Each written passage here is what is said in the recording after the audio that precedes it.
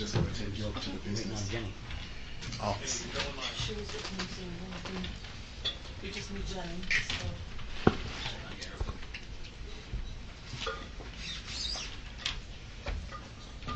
We're live.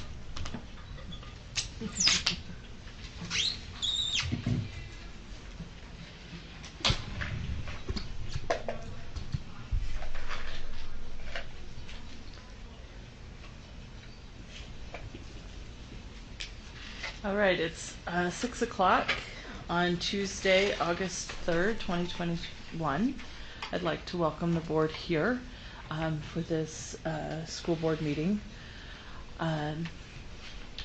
We'd like to start with a closed executive session for the purpose of discussing litigation. It's 6 o'clock. So I'm open to entertaining a motion to enter a closed executive session for the purpose of discussing litigation. Only litigation? Is that right? That's all I'm aware of. I move that we go into closed executive session on August 3rd at 6:01 p.m. for the purpose of litigation. I'll second the motion. Okay. So that's moved by Christy and seconded by Nate. Let's go ahead and vote, starting with precinct 1. Bryce Williams, yes. Jenny Seek is not with us, so we'll move Hacken to Kennedy, yes. Nate, yes. Mohammed, yes. Melissa Ford, yes. Christy Sweat, yes.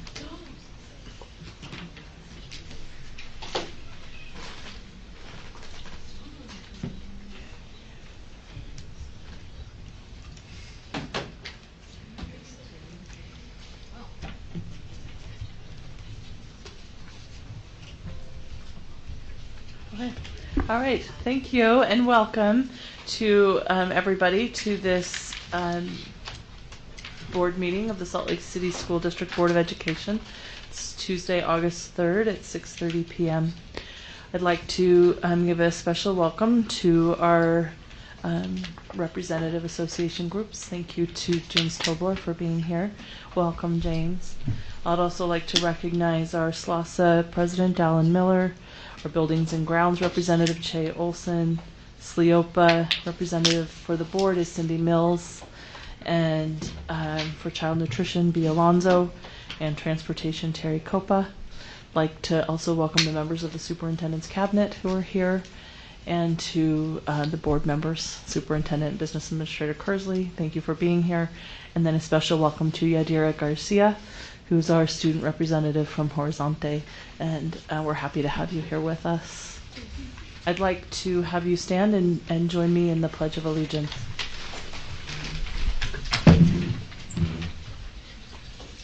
Please repeat. I pledge allegiance to the flag of the United States of America and to the republic for which it stands, one nation, under God, indivisible, with liberty and justice for all.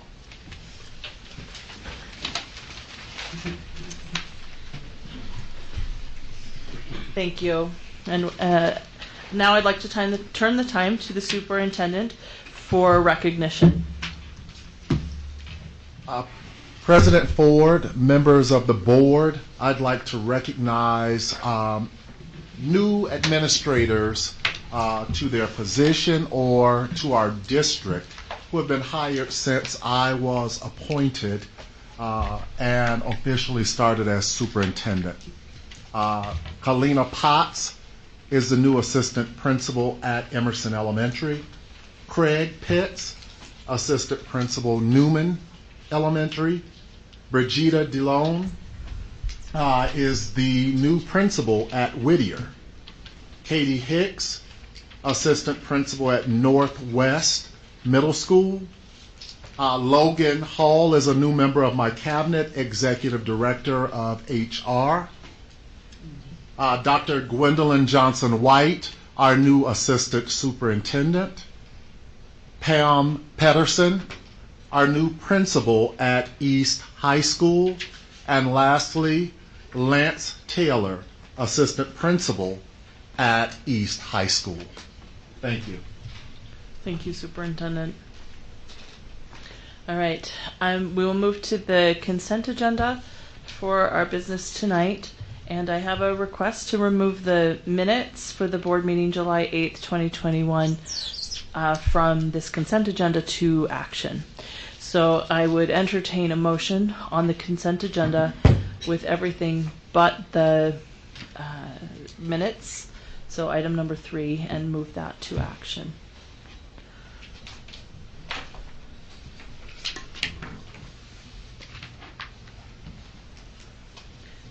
Anybody want to make a motion on the consent agenda? President Ford, I move that we accept the consent agenda, including purchasing and accounting reports, A, purchasing report, B, purchasing report, Excel format, C, budget report from June 2021, D, payment voucher report, E, school financial report, June 30th, 2021, 2, human resources services report, excluding 3 for further discussion, 4, early learning plan 2021-22.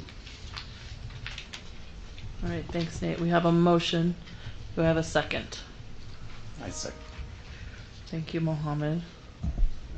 All right, any discussion to the motion? Christy? So I would just like to point out the early learning plan, and I appreciate Dr. Hall. There she is.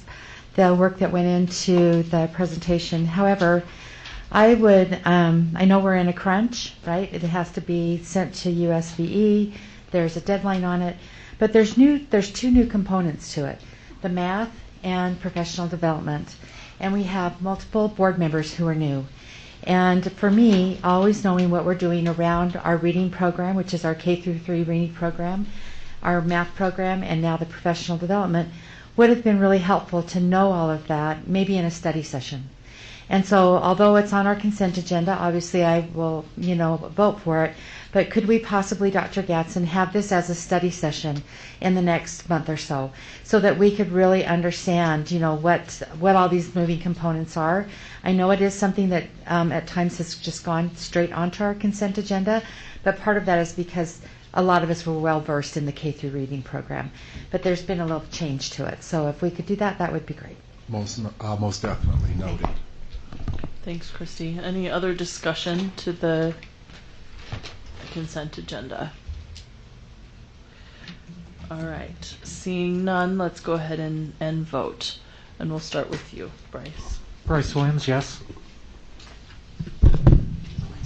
Jenny Sika, yes. Dr. Kennedy, yes. Nate Salazar, yes. Mohammed, yes. Melissa Ford, yes. Christy Sweat, yes. Okay, thank you. The consent agenda passes with the exception of the minutes, which will move to action. President Ford, Uh-huh. may I make a comment? Yes, please. So, as I came in tonight, I did not even consider bringing my mask tonight. Mm-hmm. I think that all of us have become very comfortable with that. I appreciate the audience. A lot of you are masked tonight. And I know there's some new CDC guidelines that just came out, correct, Superintendent Gatson, that even though we are vaccinated, that in a closed session like this, we should probably wear masks.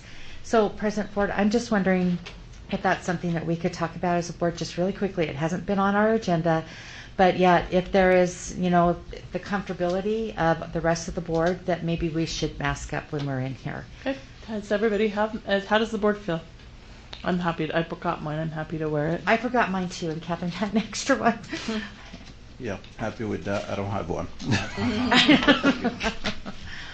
I have one in my car. Thank you so much for giving us that guidance. Sure. Maybe we have a box of them somewhere. Sure, we have plenty of boxes. I know. Yeah, there are right? plenty laying around. It's Thank a you. hot item. Alan smiled, so I know they're.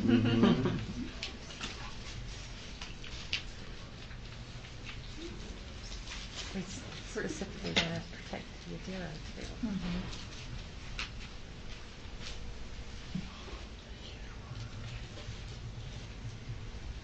I'll have my cute bee one on.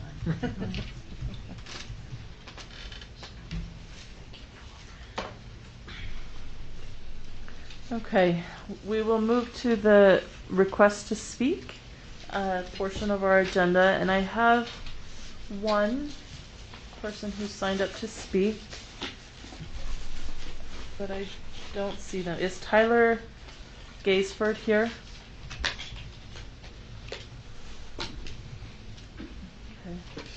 Okay. We're a few minutes early for our agenda for the request to speak, so perhaps if Mr. Gaisford comes in a few minutes, we'll give him some time. But for now, let's go ahead and move to the report section of our agenda. And for that, invite to the table Superintendent. Yes, go ahead, Superintendent. President Ford, I will ask Sandra Buendia, our Executive Director of Educational Equity and Student Support, and Berenice Gutierrez to come forward. She's our Director of Equity.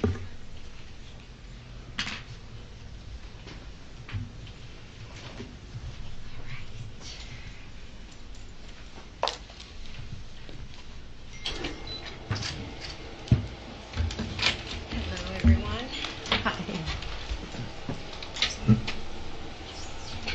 So for those of you who are new and haven't met Dr. Berenice Gutierrez, she is our Director of Equity and Access.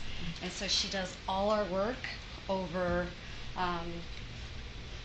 ensuring that we have equitable outcomes, equitable access and inclusion, and a lot of departments, but I won't steal her thunder and let her go ahead and present. So I'm gonna lower the mask because I have to wear the glasses, and right now I am foggy, so I'm just gonna lower it, and I'm also gonna set a timer to stay within time. So yes, I haven't met all of the board members. Mohammed, you introduced yourself right now, so good to meet you. But I'm Berenice Gutierrez, and my department has 3 sub-departments, and so I'm going to quickly give you an overview. Do I just look at you, Alan, and say, please? Give me a... Okay, so next slide, please. That worked out well. Yeah. So the first sub-department is our Family and School Collaboration Department that is led by Erica Marks. She's our coordinator. She is fabulous. If you haven't had an opportunity to engage with her, she came to us from DCFS and is incredibly community-oriented, and she's just absolutely fabulous. We have the 8 Family and School Collaboration Specialists. The 3 that you voted on, I was trying to think if it was at the beginning of the 1920 school year, but because we had a little bit of a pause in the world, I couldn't quite remember. So all 3 high schools have a dedicated specialist, and they are doing great things. I know at East High School they spent all of last week reorganizing the pantry and the boutique. Then we have 5 specialists that are dedicated to Title I schools through a competitive process. We have assigned those specialists in a variety of configurations.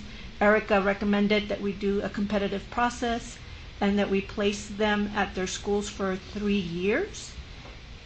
In that time, they would build capacity for the school to create strong family engagement program, and then at the end of those 3 years, we would reopen the competitive process and allow other schools to apply for the specialist, so that way they're not dependent on one person. So our big focus is building the capacity. Can you? Thank you. So I think that's pretty much what I was just saying right now. On August 20th, we have our first training with Dr. Karen Mapp, who is a renowned family engagement specialist. So the schools are bringing their teams, and we're going to start to really focus on the needs of the schools. I will say the specialists were instrumental in assisting our families during the pandemic. I had a lot of statistics on here, but I can share those with you later. They have been fabulous in really working with the community. Go ahead, Alan. So then my other sub-department is resettled refugees. Right now we are in search of a specialist that will work with our refugee families. I have to work with the Department of Workforce Services to determine salary and schedules and whatnot, but we're in that process. Go ahead, Ellen. So we work with 3 organizations, the IRC and Catholic Community Charities. They manage our refugee students for the first 24 months that they are in country. And then the Department of Workforce Services takes over and gives some assistance through the first 5 years. We currently have 144 students that are within the first 5 years and 31 who are within the 24-month period, but today I got an email with 3 more. So we are experiencing a decline. Go ahead, Alan. It's, as you know, it's cost prohibitive to live within the Salt Lake City School District boundaries. And so we're losing refugee enrollment because of that. It's really difficult for them to find the housing. And because of the pandemic, refugees cannot come over until they're fully vaccinated and they test negative for COVID. If they test positive, the process is paused and then they have to start all over. So it's taking quite a bit for refugees to come over. So we have had a decline of over 200 refugee students. And then in the last 2 minutes, I will, go ahead, Ellen. I'll talk about equity and access, and that's the one that I spend the most of the bulk of my time in. And so, go ahead, Ellen. For the last 2 years, and I did take a brief pause during the pandemic, we have been engaged with the task force in creating the equity framework. There's been a lot of work done in the area of equity that precedes myself and Dr. Buendia. The district has engaged with Pacific Educational Group, with REACH, with AVID, but now we are trying to make sure that there is a systematized effort to actualize equity. And what I am saying to everybody is that equity is not a program. Equity is not a curriculum. Equity is not an initiative. Equity is an institutional paradigm shift. So that's what I'm trying to get everybody to think about. There's no checklist that's going to get us to equity. So I've been working with the Educational Equity Task Force for about 2 years. Go ahead. I wanted you to know it's been incredibly diverse. We've had a representative from every single employee association. We had a transgender person on our committee, Latinx, Indigenous, Black. So we wanted to bring as many perspectives to the table as possible. And this year we added a couple of administrators because they were saying, where's the urgency? We need to really get going with this. And I put on there with all deliberate speed, lifted that off of the Supreme Court decision, Brown versus the board.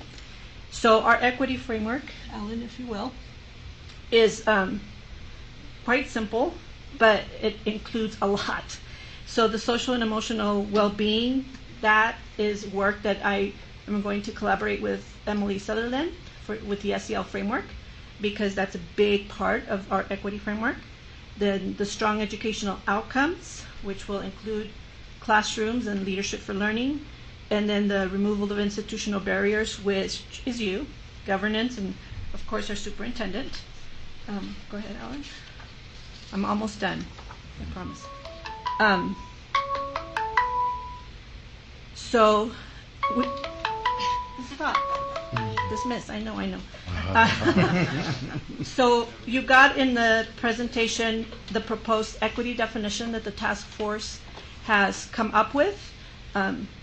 We started with a really simple first sentence because the task force felt that the common person on the street should be able to get a one-liner.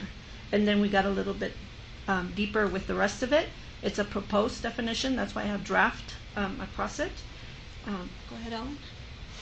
And then these are some of the equity tools that are included in the framework. So we have an equity lens that has been piloted with the network directors and will be rolled out to all administrators on 17th and 18th. And then we have the equity audits that we want to make sure are quite inclusive, and that's why it has so many points on the, and it's a 360 audit. So I know this was really quick and I went over time, but I would welcome coming back to you and potentially doing a study. And of course, we want feedback from you on our equity framework so that it could be adopted at some point, and it becomes just, like I said, an institutional paradigm shift. And then the last one is any questions?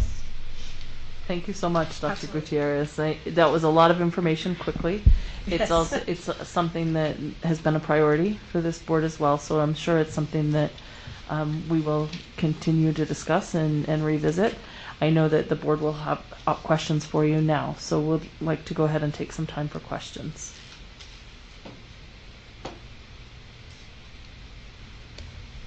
Okay. Let somebody else start. Why do I always start? Go ahead, Mohammed. You go, Mohammed, and I'll go after you. Ladies first. Oh, gosh, yeah.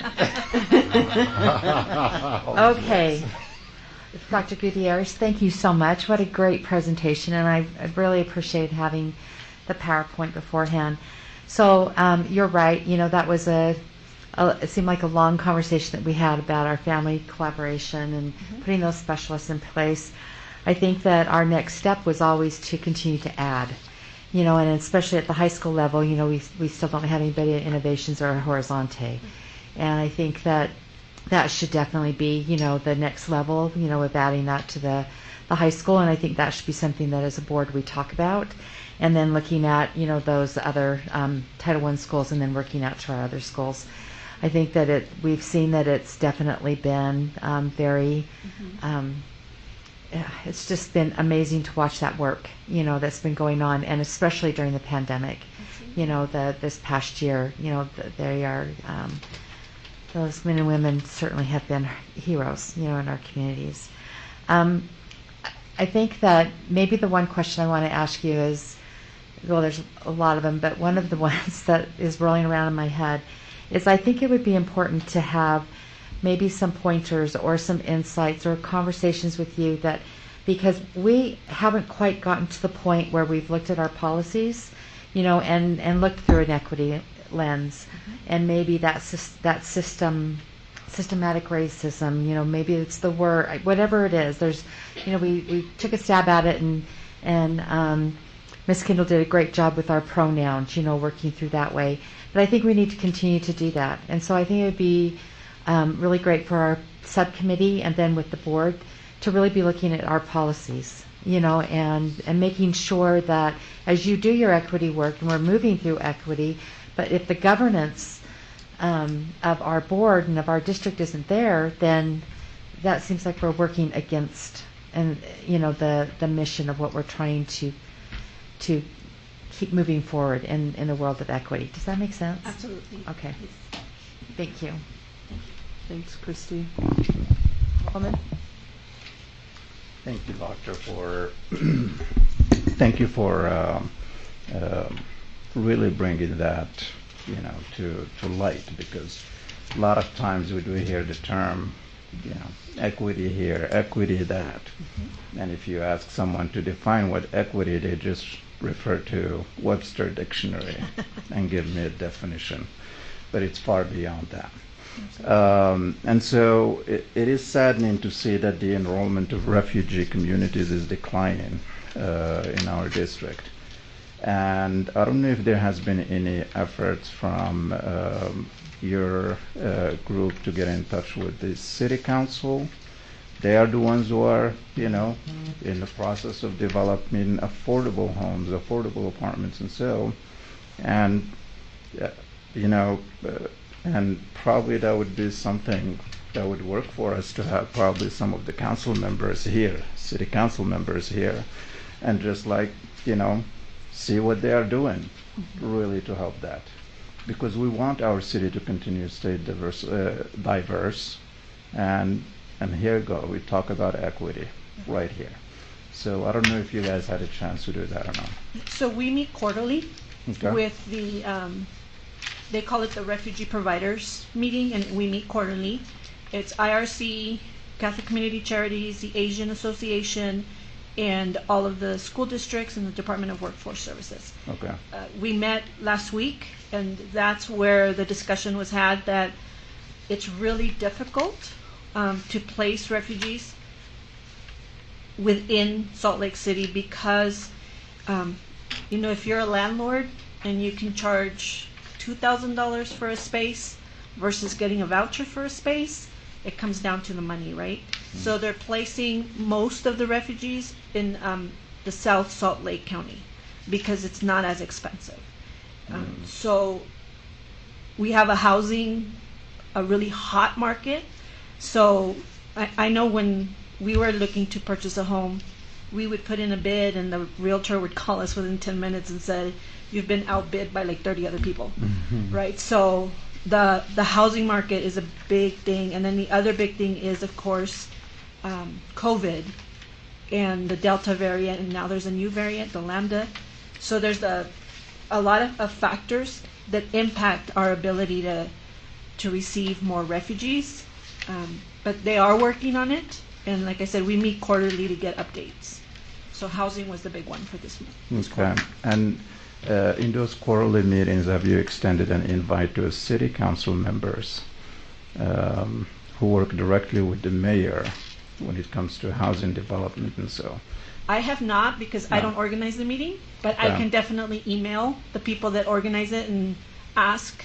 I know that there's a proposal for the tiny house village, so perhaps, but refugee families do tend to be larger. Yes. So I can email and say, hey, can we have some of these people join us at our next meeting, which would end up being in October.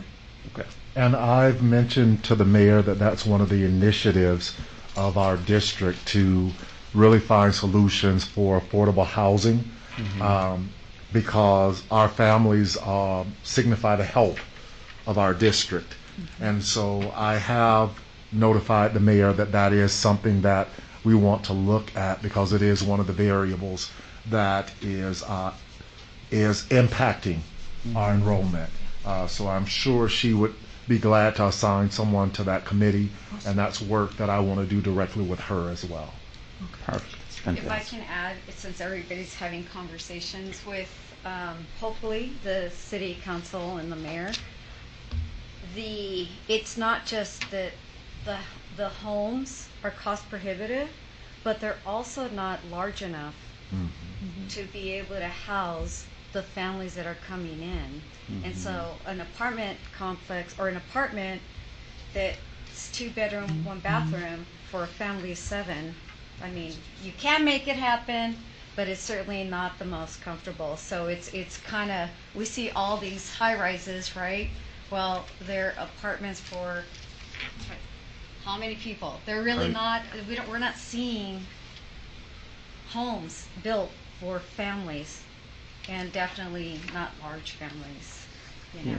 Yeah, I appreciate you bringing that up. So I'm going to look at it from a cultural perspective. Coming from, here in America, we're used to having my room, your room, and all of that, we're used to that.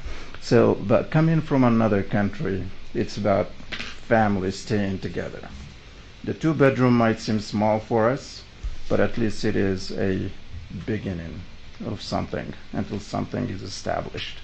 Otherwise, we're going to be losing more, we're going to deprive these kids from some amazing things that our district is offering. So, and I think, that would be great once you have a meeting. Let's bring that up, because that is very, very important. Not look at it from the lens of an American, but look at it from the lens of a refugee who's coming to this country to live the American dream. And that's the feedback that we get from families themselves. So they're wanting a house. I get what you're saying. Yeah. I grew up in a 2-bedroom apartment, 4 daughters in 1 bedroom, 2 sets of bunk beds, and my mom and dad in 1 bathroom. So I get it, but it's the feedback we're receiving, just so that you're all aware, it's the feedback we're receiving from our families and from our providers. Okay. So, Thank you. Thank you for sharing that. Thanks, Mohammed. We have other questions? President Ford. Nate and then Bryce, yeah. And just to add on to that too, Mohammed, our board previously, before you joined it, has always advocated for more affordability in the housing market, not just affordability, but also the size of the units that are being built as well. And it's certainly something that Christy and Melissa and I brought up in our meetings with the city government, which includes the mayor and city council as well. So we'll continue to do that and advocate for that. And maybe it's incumbent on us to have a discussion with Dr. Gatson and Yandri, our government relations and communications specialist, about some advocacy plans for that specifically as an institution, school district, and an elected board in coordination with our school or with our city council. So something I would certainly support if you want to talk more about it. That's great. Thank you. I guess just you highlighted a little bit, Dr. Gutierrez, about this proposed definition. Yes. I'm really, really intrigued with that, not to minimize all the other hard work that's going on, because I really feel like this is kind of like our beacon, right? Right. Is having that shared definition as a school community or district community.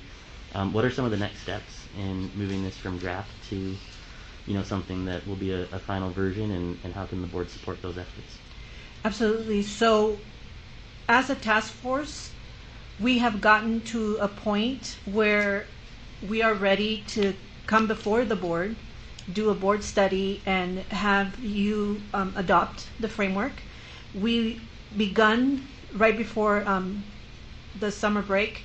We were beginning to write a strategic plan, but then we realized that a lot of what we were wanting to do and the goals that we were wanting to write may be better placed in the student achievement plan that needs to be rewritten. And then we also realized that we were starting to branch out into areas that we don't oversee. So, like, for example, professional development was a big topic for us. Well, that falls into Katie Iramia, and we would want to invite her. We were talking about not SSEs, the student support. Yeah, MTSS. Some of it was MTSS, but the committees where we bring students and student supports, and so it's like, well, okay, we need to bring Shelley and Emily into this conversation. We started to talk about culturally relevant instruction, and well, we need Dr. Hall for that conversation. So we're at a point where the next steps involve the entire organization, and so we need for the framework to be a formal adopted framework, so that we can then branch out. And I have been very fortunate to have spent a whole year collaborating with the network directors every other week. Dr. Hall has approached me about a similar collaboration with teaching and learning. So I'm starting to get more and more requests, because this is branching out and touching everybody. So that's where we're at. We're really ready for the board to make this formal and then start to systematize it across the organization. And President Ford and members of the board, if you all recall, this was one of the reasons why I proposed the executive director of strategic and organizational leadership, because that person will be the liaison that serves as the glue to make sure that that happens across our district and comes back to our board. That is what that strategic and organizational leadership is all about, because equity permeates our entire district. And while it rests in a department, that liaison will be the one that is the conduit to making sure that this work becomes systemic and all hands are on deck to make sure that our district realizes our goals toward equity. Thank you, Dr. Gutierrez. You're welcome. I just had it's not really a question now. Nate actually asked the question I had about moving forward. Yeah. But I did want to say very much that I appreciated your presentation. Appreciate the work that you're doing here. Really resonated with equity as a personal paradigm shift. But another thing I wanted to add to that too is all of those things that equity are. I also think that it's life and it's survival. Mm-hmm. And I appreciate the work that you're doing on this. Thank you. Thanks, Bryce. Catherine? Yes, thank you very much. It was a great presentation. I wanted to say that I've enjoyed working with you and other members on the project that we have to hire teachers that reflect more of our students in the district, both in racial and ethnic backgrounds representation, also LGBTQIA representation. And how do you see the board helping with this effort? How can the board help you with this effort? With the hiring? Well, yes, with that particular effort to hire more teachers that look like our students. So that's, as I was saying, where this starts to branch out to other areas. And we would need to invite Logan to the table to start to look at how do we start to diversify our workforce. But one of the things that I have always told the task force is what will attract diverse candidates to our district is the equity work. If they can see that it is in fact systemic and that it's not just something that we talk about, but it's something that we do, that will attract them. Being a person of color who has lived in, two very white spaces, what keeps me there is how I'm treated, right? And I was in Portland for 10 years because I felt welcomed, I felt included, I felt seen. Had I not felt any of those things, I would have been recruited, but I wouldn't have been retained. So that's the thing, we need to recruit and retain. So that would be one way. The board can assist by facilitating the work, by adopting the framework, some of the things that you want to do, looking at policy, looking at how do we systematize this. That's really the work of the board. How do we systematize this in everything that we do? Because if it doesn't start from the top, it actually won't filter down through the rest of the organization. I have a quote specifically about that on my signature line from Glenn Singleton, that it starts at the top. And Board Member Kennedy, some of the things that we're doing, and Dr. Gutierrez is correct. With persons of color, one of the things that they will do before they accept jobs is they will look for community. They will look to see if there are others that they have an affinity towards working in that district. And it's a lot of word of mouth. They will ask, how are you treated? Are you respected? And they'll ask about the working conditions in that organization to see if they want to be a part of that. We will be working on developing strategies to get at college juniors and not waiting until they are seniors to offer unassigned contracts for our district as an effort to recruit students of color, staff of color. Also establishing, and the way the board can help is approving budget line items that will allow for travel to predominantly Latinx institutions, historically black colleges and universities, so that we're able to talk with students and bring some of those students to Utah. And so just establishing that community, making sure that our employees are treated well and will say good things about our district, ensuring good working conditions for teachers, administrators, and other staff, and then going out and spreading that good word and recruiting. And that is going to take dollars and travel to do some of that. Sure. And I'm glad to hear you say that we're going to try to recruit our teachers from our teacher pool earlier. So I think that's been a problem for us in the past, that we need to be able to do that if we can earlier. I'm sure Logan's aware of that. One last question. I've heard of a few instances of anti-Semitism in our schools. I have a constituent that was concerned about that, quite concerned about that. And I'm wondering what we're doing to combat anti-Semitism. So when I've done work with administrators, and there are 4 schools that I'm working with at a deeper level, I make sure to talk about intersectionality, because I actually now have a problem with the word diversity, because diversity has come to mean melanin, And it's not just the melanin. It's not the color of our melanin. Diversity is so much broader than that, right? But I do talk about the intersectionality of including religion and ability and sexual orientation. I have not heard of these instances.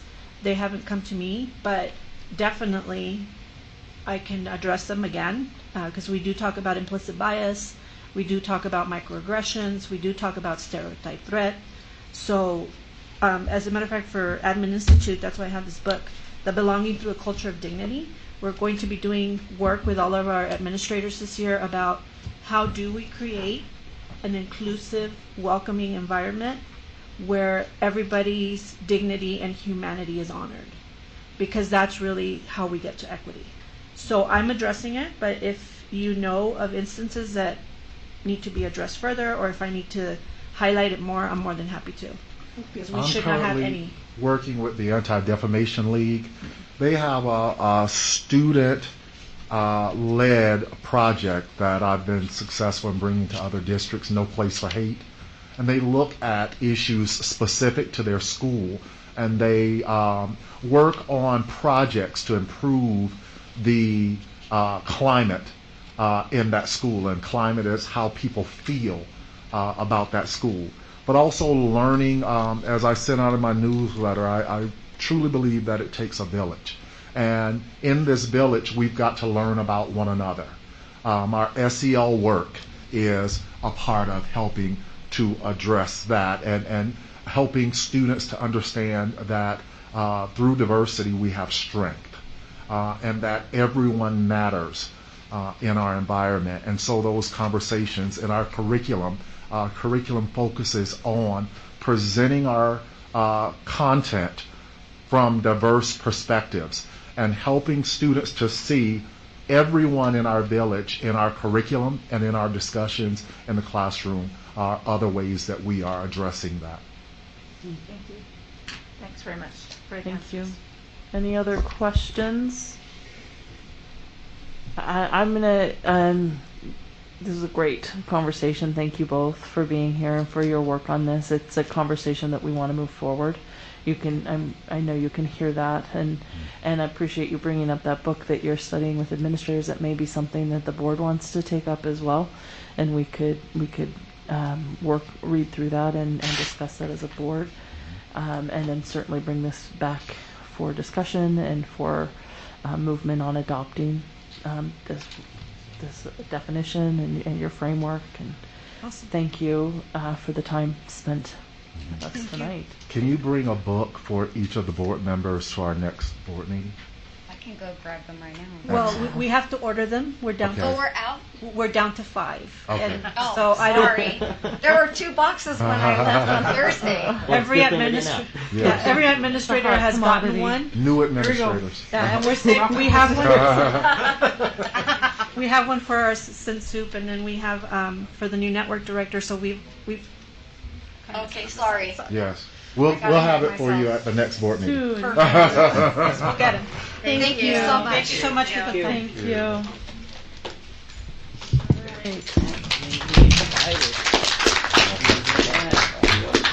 Exciting. Okay. Thank you. We got started with that report before we did a request to speak, because we didn't have anybody. Mr. Gaisford wasn't here, and I don't see him here now. Is that okay? All right. We will move on to our discussion agenda. And the first item on the discussion agenda is the Mill Creek CRA. And I'm going to let Alan lead this portion of the discussion. Okay, thank you. Once again, just a reminder when you speak to speak into your microphone so that you are picked up well on the YouTube feed. So last board meeting in study session, we discussed the Mill Creek Community Reinvestment Area request that we have received from Mill Creek for the Salt Lake City School District to participate in helping fund that through now it's skip my brain, the tax increment financing. So largely on your on your attachment are the same things we've discussed previously, but I have added one chart that I would like to go over just to really help simplify the discussion. Let me shrink that just a little bit. So what this chart shows in the bluish purple color, that is the current taxes that the Salt Lake City School District is receiving from this area of Mill Creek City. Doing nothing, that will continue to be the same. The orange part is if we chose to participate in the community reinvestment area, the orange part is additional funds of the increment. So the increment is as new buildings are built, new infrastructure, as their value increases. That's called the increment value, and these would be the taxes collected on that increment value. As per their proposal, the district would receive 20% of that increment value, and the community reinvestment area would receive the other 80% for the life of the 20-year life of the CRA. So the orange piece is the increment piece that the district would receive for the life of the CRA. And then you can see there at the end of the CRA, the district receives 100% of the value of the increment piece. So the financing piece for the Mill Creek CRA ends, and all funds then begin remitting to the Salt Lake City School District. So I think we've discussed this quite a bit in last meeting. So with this chart up, I would now turn the time back over to President Ford to lead the discussion. All right, thank you, Alan. We are following the new board policy on RDAs, and we've done a study session, and it's on discussion, and it's open for discussion. I'm open to board discussion and any action the board may wish to take or not take.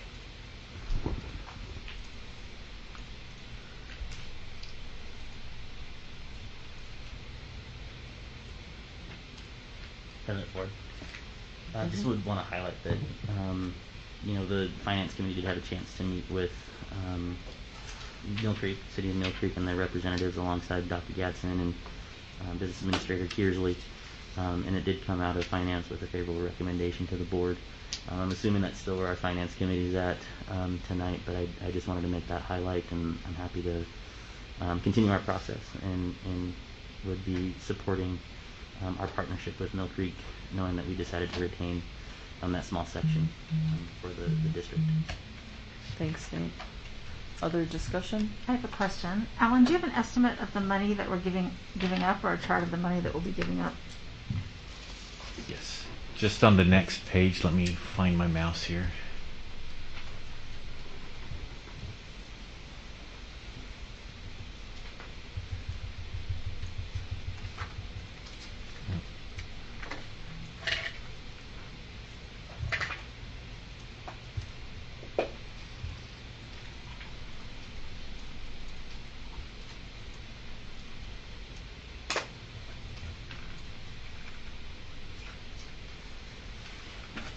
So that first column is the column we're currently collecting.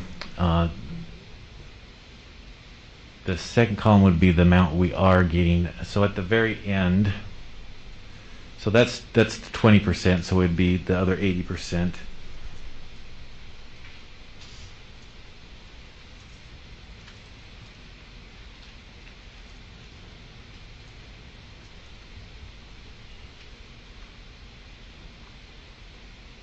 I think I left this other slide in here, but maybe I did not.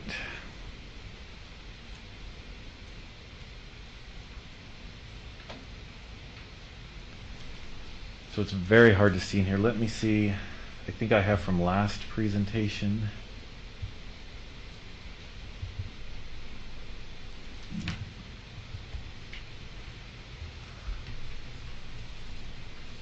So if you remember this spreadsheet from last time, once the entity starts collecting the increment,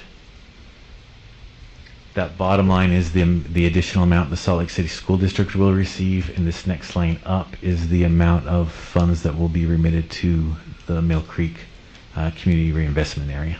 Can you just scroll on through that? Wow, that's just a lot of money. The total is 1.5 million that we're giving up. Right. And again, I mean, giving up might be relative. When we discussed it with Mill Creek, they say if we don't participate, they can't go forward with this. So if they didn't go forward, then this 361 we would never get, and we wouldn't lose this. So it's all kind of relative on if it moves forward without our participation or not. And Mill Creek has said, because Salt Lake School District is the largest tax collector of that area, they would not be able to move forward with this project if we did not participate, which means we would continue just to receive the $27,000. Well, isn't our section just a tiny little wedge out of their project? So Yeah. it's a tiny, tiny wedge out of their So project that they're saying is the not rest of the surrounding area, they've already begun a CRA and are doing projects. They weren't able to start it in this area because they didn't own the property. The property was Salt Lake City until July 1 of 2020. So that's why this little area is now come into play in this discussion. And so they're saying that they will not develop this area. They will basically, they're holding that as sort of a I don't know, something that they will not develop this area if we do not participate. Is that Right. correct? I mean, what they're saying is they wouldn't have the funds to develop this area without the CRA. And so what sort of evidence have they brought into that? I mean, how have they shown that to us? Yeah, I wouldn't say they've given us evidence. I mean, I don't delve too far into their financial books. I know their overall budget is not very big. I believe it's about 25 million. So I know they don't have, they're not a big city. So they probably Right. Go ahead. Sorry. big tax base to draw from just because they are a small city. But as far as other proof that they wouldn't move forward or wouldn't be able to move forward, no, we don't have any of that. Just out of curiosity, what amount is Granite School District giving them? I haven't looked at, but I believe it's the same percentage split in the other pieces. But we don't know what the percentage of what amount. No, because it's a bigger area than the small piece that we're looking at. Sure. Right. It's a much bigger area. Yep. That it's a much bigger area. I just want to remind the board what former board member Sam Hansen, would talk about, and that is that we give away a lot of money in the school district that we don't have. And every time we give away $1.5 million, that's money that our students lose, and that it's money that we don't have to spend on things that we desperately need for our students. And it just concerns me that we do that, and that when you look at the amount of money that our smallest district has given away in RDAs compared to the other districts across the state, it is disproportionately large. And I think we should be very cognizant of that fact. Thank you, Catherine. Other discussion? Christy? Thank you so much. Thank you, Alan. I always appreciate how articulate you are in regards to this, and I appreciate the work that the Finance Committee did and meeting with Mill Creek. I also want to thank Board Member Kennedy. I think that having different perspectives and opinions is important, for us to make decisions. For me, I land on the opposite side. I always think that, an RDA or a CRA is about our community, and if we want to develop our communities and we want people to live in our communities, we need to have amenities around. And I think that over the years, we could look at it as giving away money or developing our city. And I think that as I look at this development that Mill Creek is putting in, and I appreciate that we kept that tax increment because over time it will pay back, some money. But I also appreciate that they were open to the 20% coming back to, to Salt Lake districts. Along that area is definitely a business district, and for the idea of, kids being able to go over, have an ice rink in the winter or a skating rink, that's nearby, for especially, it's Nibley Park that's the closest, to that area, I think is attractive. And I think that the Brickyard area, along with Mill Creek, has been putting a lot of thought into how to develop that area so that they can become a city center, since they became a city. And, they went through a lot to do that. So I appreciate that they wanted to partner with us, and to talk with us and presented the information. This isn't huge, we've looked at RDAs and CRAs over the couple of years that we've been allowed to participate. Before, the legislature used to tell us that we were going to participate, but now we do get to have a discussion. And I think that the policy leads and guides us. I think that the differing opinions and perspectives are important to help us make, a good decision.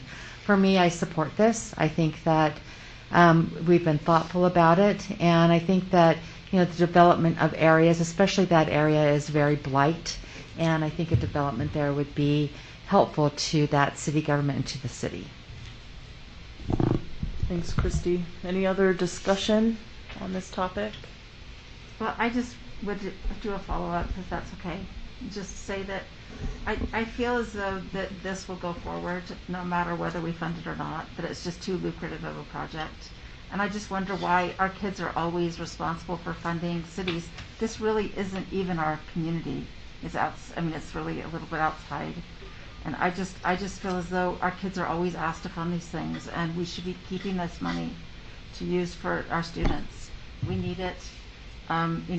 We shouldn't be funding business. Business should be funding us. And, it's not happening that way. So. Thanks, Catherine. Any other discussion, Mohammed? Yeah, I just have a question. So we know Salt Lake City is growing. We are hoping we're going to get more students to our city. And has there been ever any thought about using that area as a new school for whatever we're going to have in the future? We are trying to focus also on making sure that our students are having good education in a smaller class size and so. And I don't know if that's something that's been thought about. Just a question that's been going on in my mind. Yeah, so we don't own any property in this little parcel. It's all owned by private entities or Mill Creek. And again, it's not in Salt Lake City it's not in Salt Lake City boundaries. It is in Salt Lake City School District boundaries as of, well, it's always been, but now it's not part of Salt Lake City. So it is a pretty small area, and it probably wouldn't be a beneficial area for us to even consider looking at the school, especially that far south in our boundaries. Okay. Yeah, because I'm for making sure our community, because be it here Salt Lake, be it Mill Creek or so, we are one family, one residence of Utah, and that's why we're trying to build those bridges and not collapse them. But as a result of that, I am in support of this as we go. Thanks, Mohammed. Any other discussion? I am willing to entertain a motion to move this to action. I move that we move the Mill Creek CRA to action. Do I have a second? I second. Okay, any discussion to the motion on moving this to action? Seeing none, let's vote. We'll start with Precinct 7. Christy Sweat. Christy Sweat, yes. Melissa Ford, yes. Mohammed, yes. Nate, yes. Hawken Kennedy, no. Jenny Sika, yes. Bryce Williams, yes. As has been our practice, we'll go ahead and take action on this right now. I will entertain a motion to take action on the Mill Creek CRA. I move that we take action on Mill Creek CRA. Okay. In support of the. Okay. I'll second. Second by Christy. Discussion. The motion clarified, please. The motion is that we take favorable action on the Mill Creek CRA. Yes? Yes. Okay. The motion is to take favorable action on the Mill Creek CRA. Motioned by Mohammed, seconded by Christy. Any discussion to the motion? Seeing none, we'll vote starting with precinct 3. Catherine Kennedy, no. Nate Salazar, yes. Mohammed, yes. Melissa Ford, yes. Christy Sweat, yes. Bryce Williams, yes. Jenny Sika, yes. Thank you. And that we will now move to the next item on our discussion agenda, which is the ARP ESSER funds. And Superintendent, I'll let you lead this portion of the discussion. So yes, I will invite Dr. Tiffany Hall to the front, and she will be assisted by our business administrator, Alan Kearsley.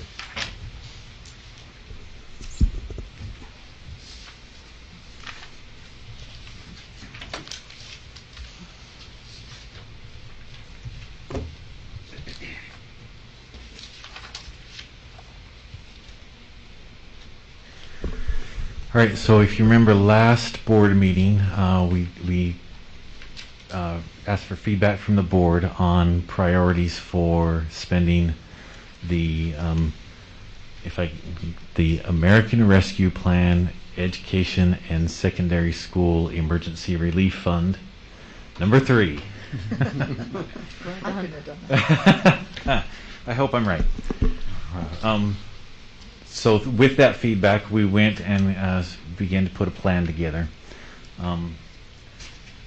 Again, so the funding that the Salt Lake City School District is receiving in this award is $39,968,811.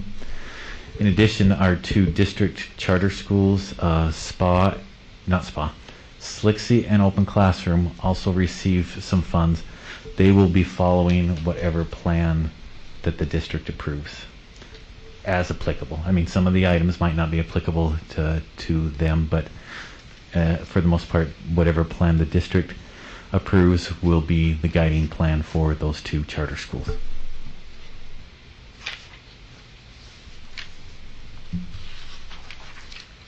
So in this presentation, there's some page numbers that's referencing a document that's attached to the agenda provided by the federal government on guidelines for the ESSER funds. So the new funding is intended to help LEAs safely reopen schools. Our schools are already reopened. There are some throughout the country that are not, so there is some discussion in that. So area is not applicable, but I'd say for us it's to safely keep our schools open. Measure and effectively address accelerated learning and take other actions to mitigate the impact of COVID-19 on the students and families who depend on our schools. Some of the federal allowable uses: prevent, prepare for, and respond to COVID-19 pandemic, including its impact on social, emotional, mental health, and academic needs of students. They also say anything that's been allowable under the previous ESSER grants, and also GEARS, which was also another COVID-related grant, is also allowable under the ARP ESSER 3.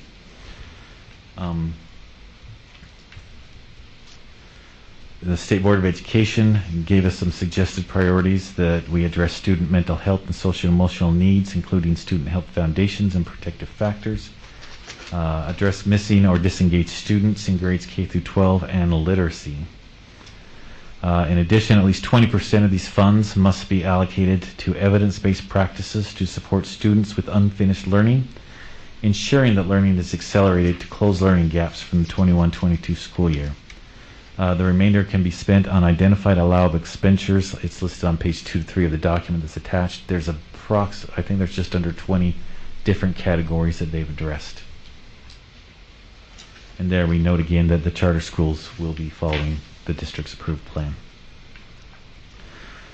So as we created this plan and took feedback from the board from the last board meeting, our funding priorities will be, again, the 20% to address the learning gaps, purchase educational technology, including hardware, software, and connectivity for students that aids in regular and substantive educational interaction between students and their classroom instructors, provide mental health services and supports, planning and implementing activities related to summer learning and supplemental after-school programs, school facility repairs and improvements to enable operation of schools to reduce risk of virus transmission and exposure to environmental health hazards, and to support student health needs, inspection, testing, maintenance, repair, replacement, and upgrade projects to improve the indoor air quality in school facilities, including mechanical and non-mechanical heating, ventilation, and air conditioning systems, filtering, purification, and other air cleaning, fans, control systems, window and door repair, and replacement.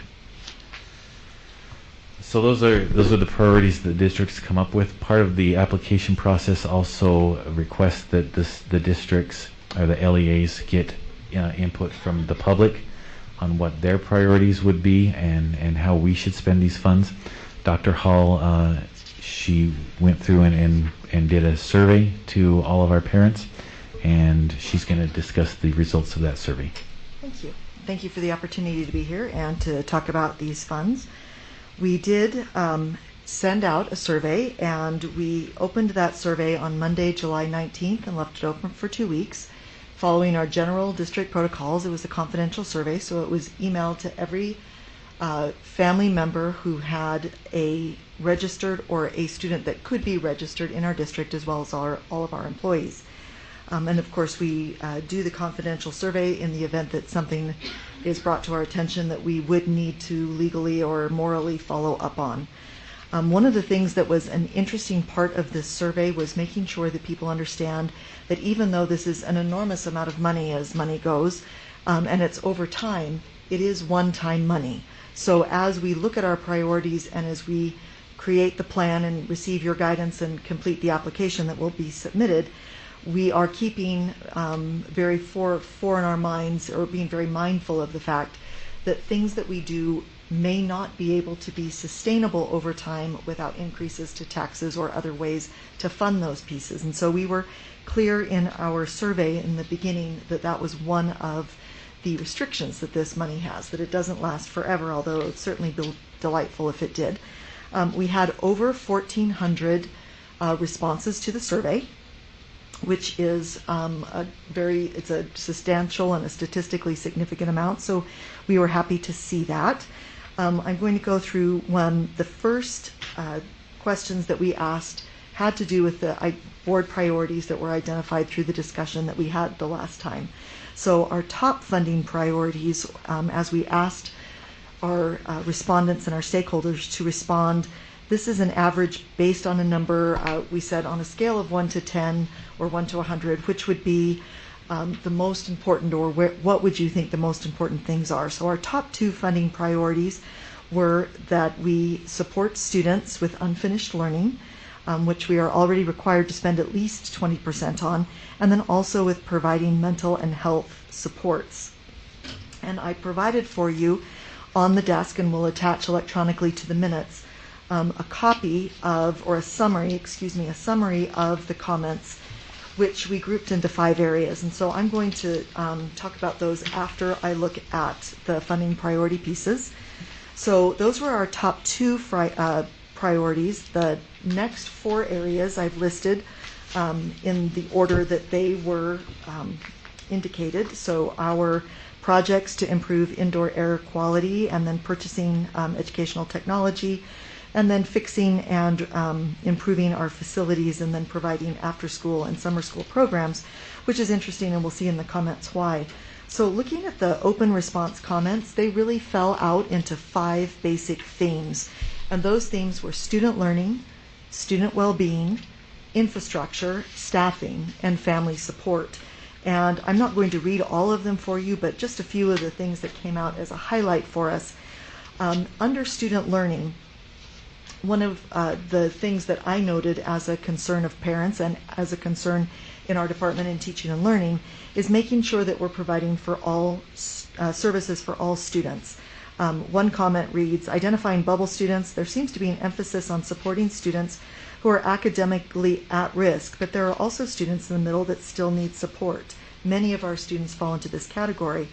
And then concerns that students who did do well would also receive extra support. So I want to say to the board that, of course, that is always a concern, that we meet the needs and differentiate our support and instruction for all students. Also, under our student learning, there were many comments about providing extra time, tutoring, after school and summer school support for that. Under our student well-being, we saw here a lot of comments about supports for mental health. I've jumped up to page 7. There are some comments there about children who are struggling with anxiety and other mental issues from the changes due to COVID and mental health. A comment about mental health being a lifelong journey, whether that it is traumatic or well. Our children need to know that they belong in our schools, that they are given guidance, support, and the tools to pursue a happy life. So, of course, mental health and the well-being of our students is a critical part of our ongoing plan in supporting our students through the next 3 years and beyond. Under infrastructure, there was quite a noticeable amount of support for making sure that our facilities were upgraded. One patron commented that it would be wise for the school district to use these one-time funds to plan ahead for the next disruptive event, to upgrade facilities, airflow, flow, circulation, etc.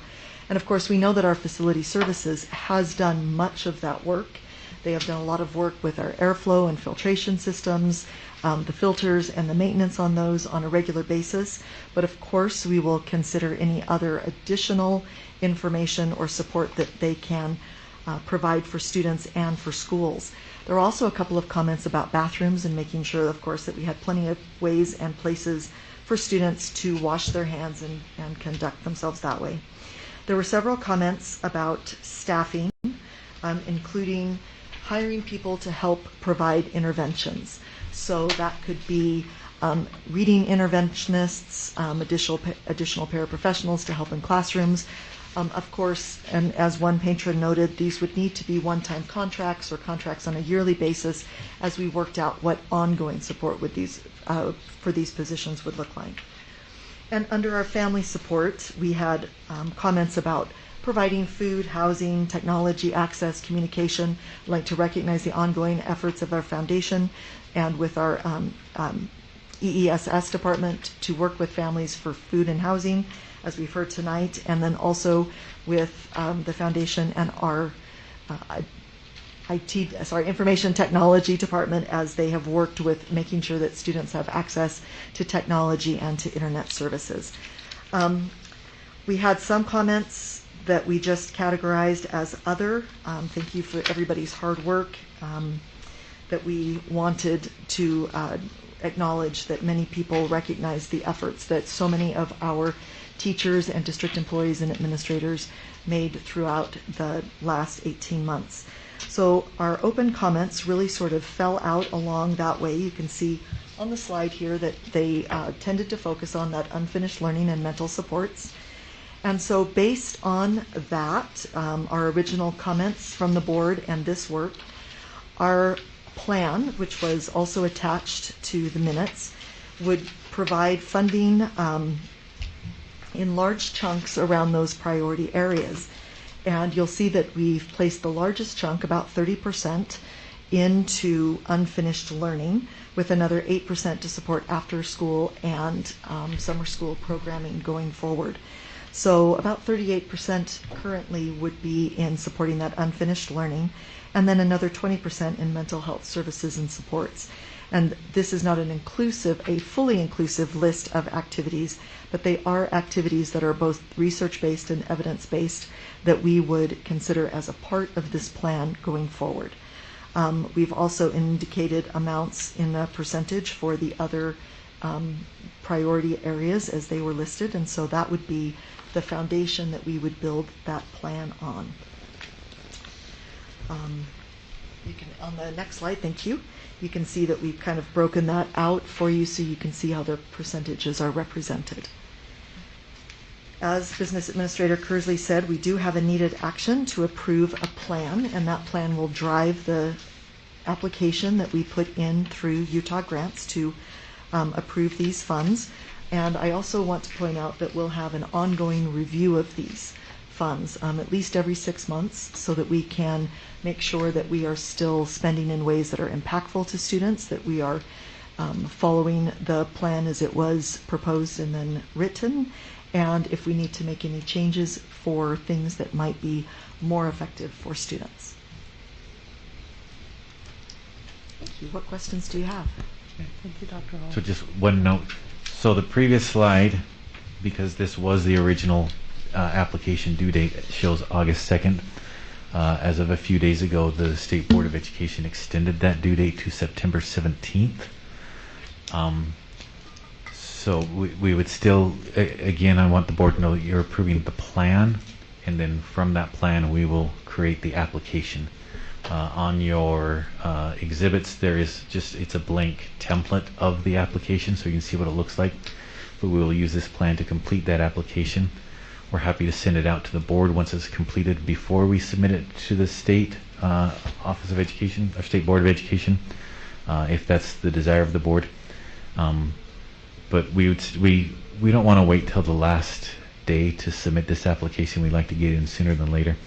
So if the board feels comfortable to approve this plan tonight, that's great. But knowing if you would desire more time to look into it, we do have an extension to September 17th.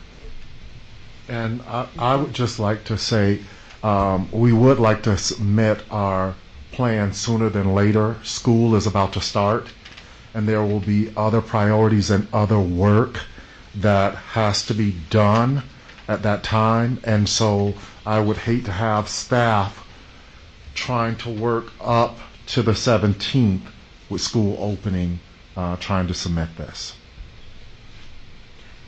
Thank you for that feedback. So, board members, we've had an opportunity to review this. Thank you for going through it, Dr. Hall and Business Administrator Kersley. I appreciate that. I'd like to open it now for discussion from the board. I just have a quick question. Yes, go ahead.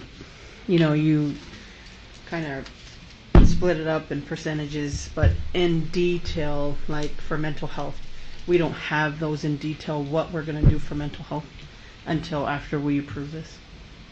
Yes, so each of the areas would then create that detailed piece of, you know, would we be hiring people, bringing people in, hiring outside How that would services. look like. Mhm. And we want to leave ourselves enough flexibility. You know, if we say we're going to hire 6 mental health workers and we can't find 6 mental health workers to hire, we want to have the flexibility to say, okay, maybe now we're going to go contract with an agency that can provide those mental health services.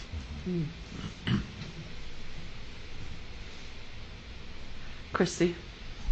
So Dr. Hall, thank you so much, and Dr. Gadsden, I appreciate the plan that we have before us. I'm going to echo what Board Member Sika is talking about. I feel like, you know, we really request our schools to have detailed plans with a minimal amount of money from our state, you know, trust lands, but yet we're talking about $40 million here, and the details are so slim.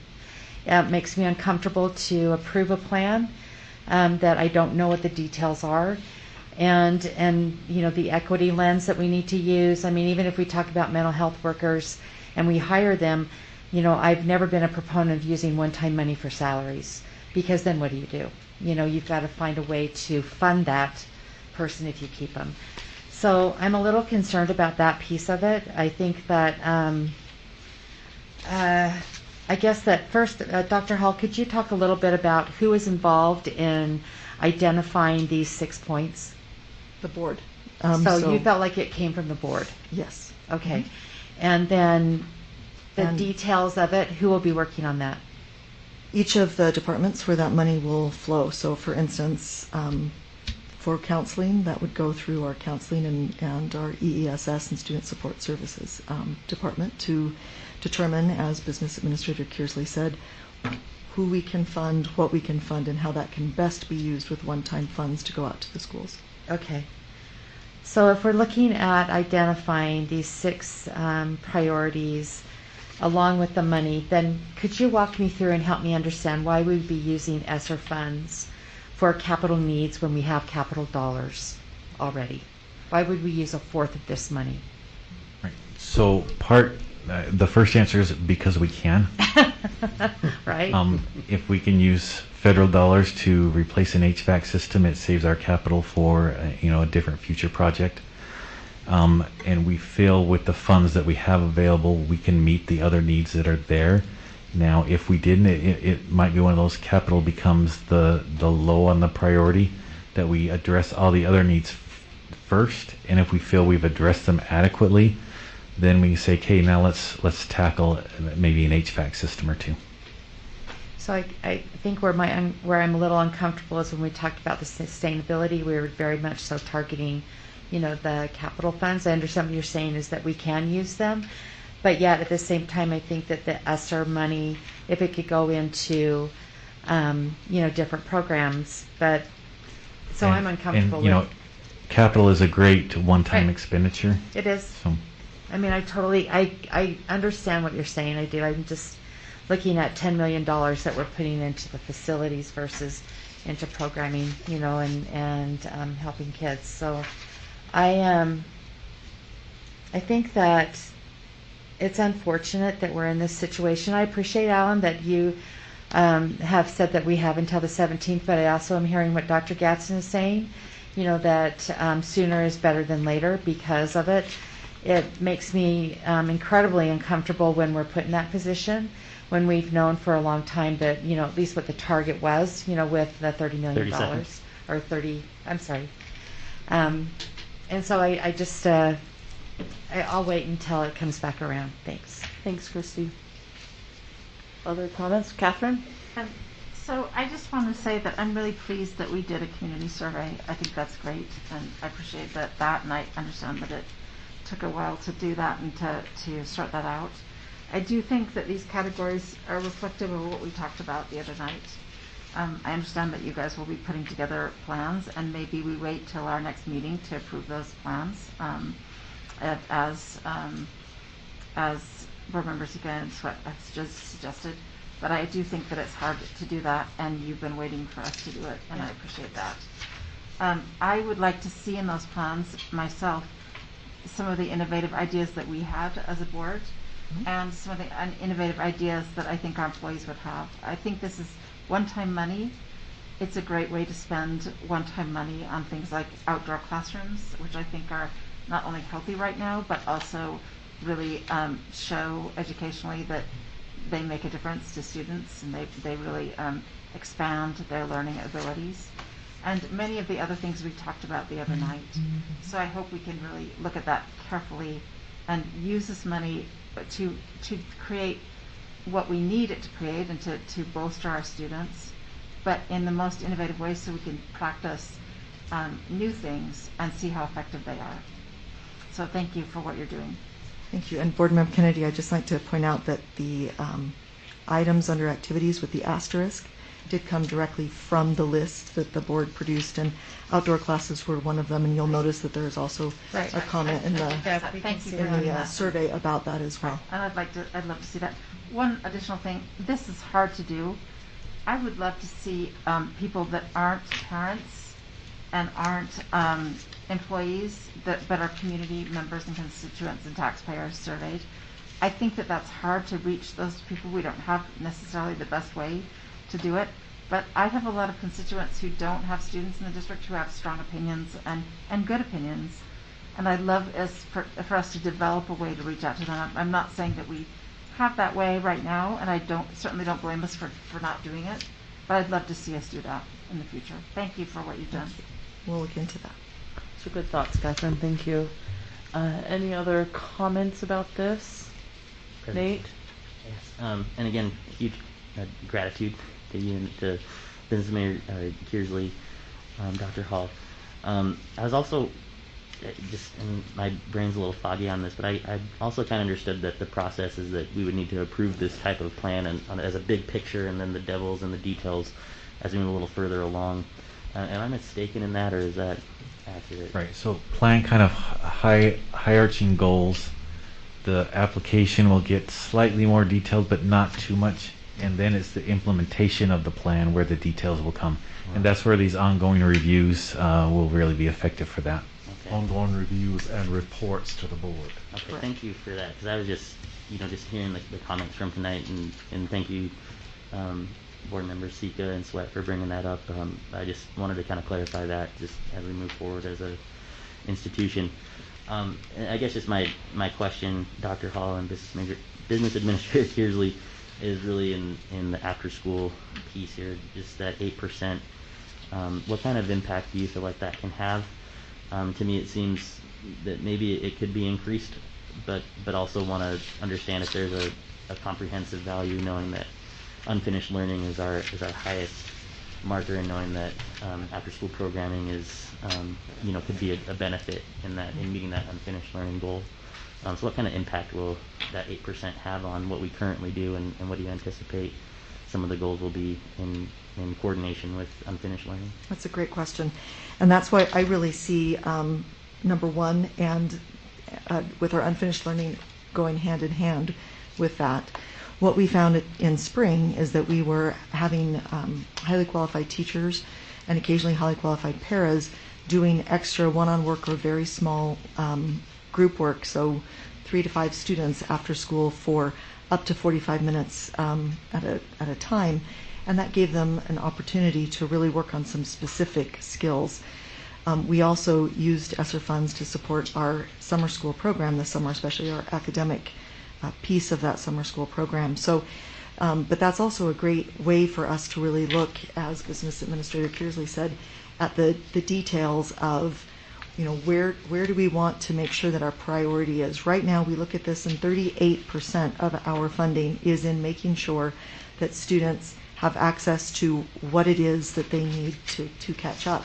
Some of that 30% may go to support more if we are able to provide additional after school or summer programming for students. And so, while that 8% looks small over 3 years, that would be about the cost of summer school and after school tutoring based on what we have done this year. But if that expanded, then we would be able to pull from, again, that unfinished practices to support students with evidence-based practices to support students with unfinished learning.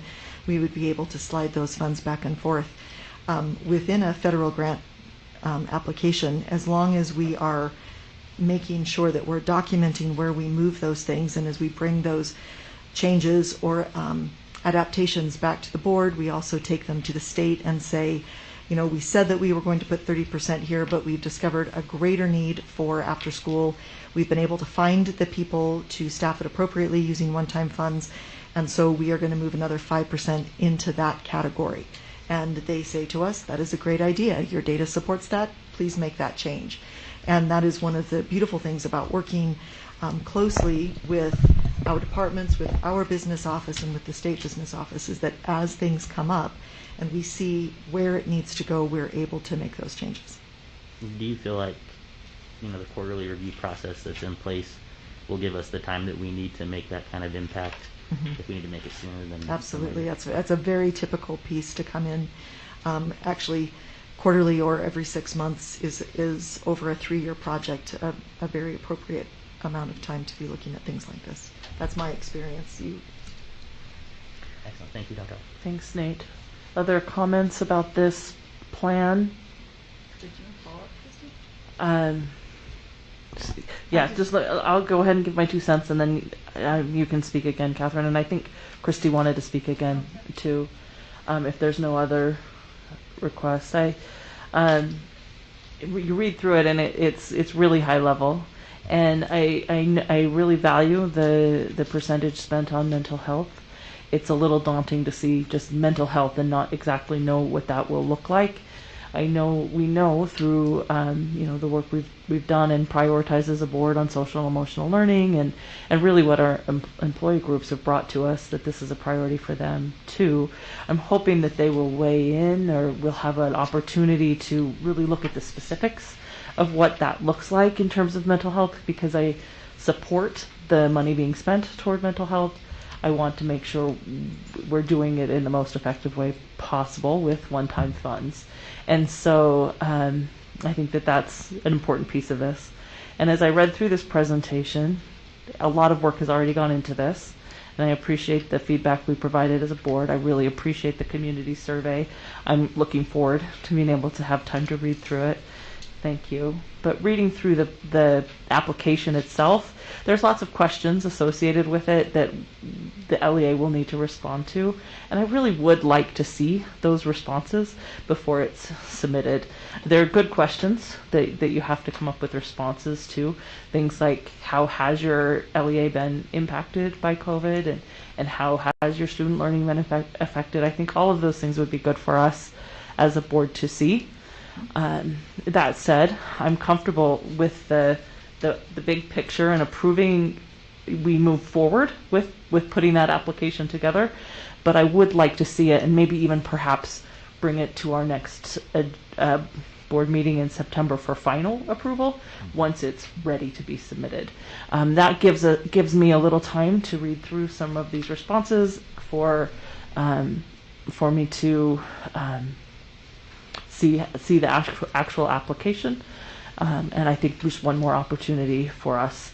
But for my purposes here, I will support moving forward with this plan and you putting the application together based on what's here, knowing that we will have those check-ins, more details fleshed out, and an opportunity for all of our stakeholders to participate, and especially our employees, and how those funds are spent when it's focused on the student learning loss and mental health supports. Thank you, Nate. So next, Catherine, and then Christy. Do you want to go first? No, go ahead. So I just wanted to ask a couple things that were prompted by some of the later discussion. One thing I'd be interested in, and I didn't mention this before, but as you do plans, about how you'll be able to accommodate students who have to continue working remotely. Many of them don't want to, but they have to, particularly because masks will not be able to be required. I hope that we can continue to convey our strong recommendation that masks be worn. But I know that many of our students that are not continuing cannot continue, or that are choosing to go to remote. It's not really a choice, I guess, that they must learn via remote. So I'd like to see if some of the ESSER monies reflecting those students. And it absolutely is, Board Member Kennedy, in supporting our Salt Lake Elementary virtual school, and then also in the choices that our middle school and high schools will all have in order to make sure that everybody can choose whether they want to return in person or not, because as you've said, many of them don't have a choice. They need that online option. Right. So that is a tremendous part of our plan. Thank you very much for doing that. I know, for example, I have a student or constituent who's been emailing me about her student that's going to have a difficult time going back to West, but is getting an IB diploma. Mm-hmm. And so whatever we can do to accommodate those kinds of situations would be really terrific for those families. When he cannot return, but does not want to give up his IB option. So that would be really great if we can work on that. Also, with the Delta variant, I think you're being so flexible, and I think that we need to recognize that we will continue to need to be flexible about these plans. We want to see details, but we'll need to be flexible because the Delta variant is changing and things are changing in the COVID 30 seconds. environment all the time. And I'd like to see us how we can adapt to those changes. One thing that I heard recently from Dr. Dunn is that she expects that, for example, students might be, there might be one student hospitalized in Salt Lake County every other day. So what can we do to accommodate those students, to recognize the learning issues for those students, with our situation, our new situation with the Delta variant, and also the fact that there'll be breakthrough transmissions as well for our older students. So thank you very much for working on those things. Thank you, Catherine. Christy? Thank you. So I certainly don't want to give the impression that I don't appreciate the work that's gone into this, Alan and Dr. Hall. So a specific question about the application. Would the application actually show under mental health workers if we were going to hire, how many? Or is it just going to be a broad statement about mental health? It'll be a broad. Because that'll be in the details of how many can we hire, or do we need to contract. So we wouldn't want to get that specific, because if we said we were going to hire 6 and then we hire 4, we'd have to go back and revise the application with the state, and so we don't want to get that specific in the application. Okay, so that's very helpful. So in the application, it actually wouldn't have any details in regards to how many people we It we would might say possibly our hire. intent is to provide mental health services either by A, Right. hiring FTE, or B, contracting with an entity to provide those With services. an entity. And then so again, we wouldn't be identifying schools either then. There wouldn't be any identification of which HVACs we would work on, or which, none of that would be in there. It would just be a broad statement. Correct. So really, with what we're seeing here tonight in this presentation, is the application going to look much different? Dr. Gadsden? There will be a few more details filled in, but it's still going to be high level to give us that flexibility to do what we need to do without constantly having to submit amendments or changes to the state in our application. So I appreciate that clarification. So in my mind, what I'm thinking is that the flaw for me then comes from the state side with USBE. They expect this very detailed report about how schools might spend $60,000 in trust lands, but yet we can't have that detail here in this type of a plan.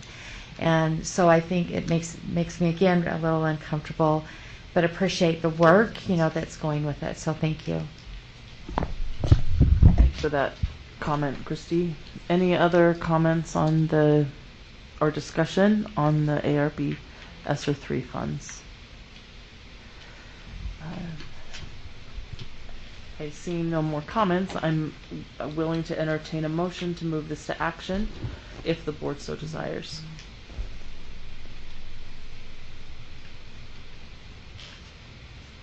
President Ford, I move that we move ARP ESSER funds to the action agenda. Okay. So the motion is to move this topic to the action agenda. Do I have a second? I second. Okay, motion by Nate and seconded by Mohammed. Any discussion to moving this to action? Okay, seeing none, we'll go ahead and vote, starting with precinct 1. Bryce Williams, yes. Jalisika, yes. Captain Kennedy, yes. Nate Salazar, yes. Mohammed, yes. Melissa Ford, yes. Christy Sweat, yes. Okay. We will now go ahead and take action on the ARP ESSER 3 funds. I will entertain a motion for action.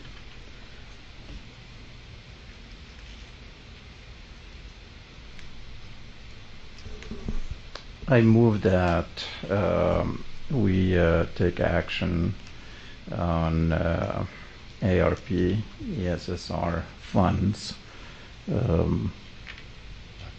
application. So action to give them direction to submit Yes. this plan. Okay. So the motion on the table is to move forward with this presented ARP ESSER 3 fund application. Second the motion. Okay, motioned by Mohammed and seconded by Nate. Do you have any discussion to this motion? Christy? I am wondering if we could amend, if you'd be open to amending the motion, that we also be able to see the application at the next board meeting. So maybe you could make that as an amended motion? That's fine. I mean, yes. Okay, so the amended motion Would be that the application for the ESSER 2 funds would be included in on the agenda at our September meeting I'll second the for amendment. conversation. Okay, so now we're going to vote on or discussion on the amendment. The amended motion is that we move forward with the ARP ESSER 3 application and see the final application on our September 3rd, I don't have the date. Did you say the date? September 1st September meeting. That's the amendment.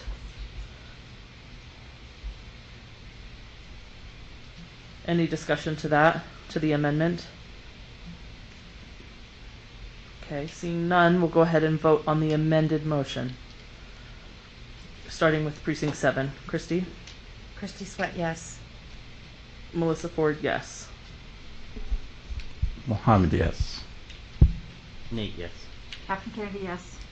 Jenny Sika, yes. Bryce Williams, yes. Okay. So now we'll go back to the main motion. Where's my parliamentarian? The main motion, which now includes that we will see the completed application on our first September meeting. Any discussion to that motion? May I To ask the a- amended motion? May I ask a question? Go ahead, Christy. So, Dr. Gadsden, when we see the final application, or the application on the 3rd, it's actually going to be the application that has been submitted already. Is that correct? Yes, ma'am. And so, would there be any opportunities at that point to continue to weigh in? You know, I mean, could you maybe just talk a little bit about what you see that as every month that we're talking about that plan? If that's the will of the board for it to come back and us to report each month, we could definitely do that. This affords us the flexibility if the board has suggestions or there are other suggestions, and we're working to make sure that we're taking action on the broader Okay. scope. So the broader piece, as Alan has described, would allow the board to give maybe more detailed direction as we go through the plan. Correct. Thank you. Thanks for that clarification, Christy. That's helpful. Any other discussion to the main motion? Let me repeat the main motion. The motion is that we give direction to move forward with the ARP ESSER 3 fund application, and that we see the completed application on the 1st September agenda. Okay. Let's go ahead and vote on the motion. This time we'll start with precinct 3. Catherine Kennedy, yes. Nate Salazar, yes. Mohammed, yes. Melissa Ford, yes. Oh, Christy Sweat, yes. Sorry. Bryce Williams, yes. Jenny Sika, yes. Okay. All right, thank you. Does that give you the direction you need? Yes, thank you. All right. Thank you, Dr. Hall. And stay right where you are, I think. Yes. We'll go ahead and move to the next item on the discussion agenda, which is the plan for professional learning days. So Chair Ford, as you already know, Dr. Tiffany Hall is here, and she's inviting her staff to help present our planned proposal for professional learning days. What I will say before they get started is we all believe that having our students in person for learning is extremely important. But we understand that there's never enough time in any school calendar to provide professional learning for our teachers to implement those practices, those strategies that we are needing in the classroom. And because of the impact of the pandemic, and with the request of the state that our teachers participate in LETRS training to support our literacy program, this is an excellent opportunity for us to provide professional learning at the secondary level as well. That would help us to address some of the learning gaps and deficits that our students have had as a result of the pandemic, and to do some of the new work to meet the expectations that we are rolling out this year. And so I just want to say that we think it's very important that students are in school in person, and more importantly, we think that it's important that learning continues for each of the days that students are in school. And so our plan and proposal is to ask for an opportunity to offer professional learning for our teachers in an uninterrupted fashion, but also to allow learning to continue with our students. And with that, I'll turn it over to Dr. Hall. Thank you. Thank you, Superintendent. And I'd like to take the opportunity to introduce Dr. Chelsea Malouf. This is the first time she's been in front of the board in her new role as our Literacy Director in Teaching and Learning. So welcome. You will recognize her from her previous engagements as an administrator in our district over the last 12 years, most recently as the principal at Mountain View. So we are very excited to have her in Teaching and Learning. She has hit the ground running. We just keep lifting up rocks and finding things to do. So it's a very exciting time to be here. So I'm going to turn it over to you to start. Thank you. Okay, thank you. We wanted to start with some just fundamental beliefs that we have about professional learning, and that is that it's the single most accessible means for professional growth of our educators. And this happens through knowledge, skills, learning new practices, and learning new ways to differentiate instruction for individual learners. We also know that professional learning takes time. It takes the time in the seat actually learning, time for our educators to process and plan and collaborate with each other, time to receive feedback from administrators, work with coaches, and also have those high quality opportunities.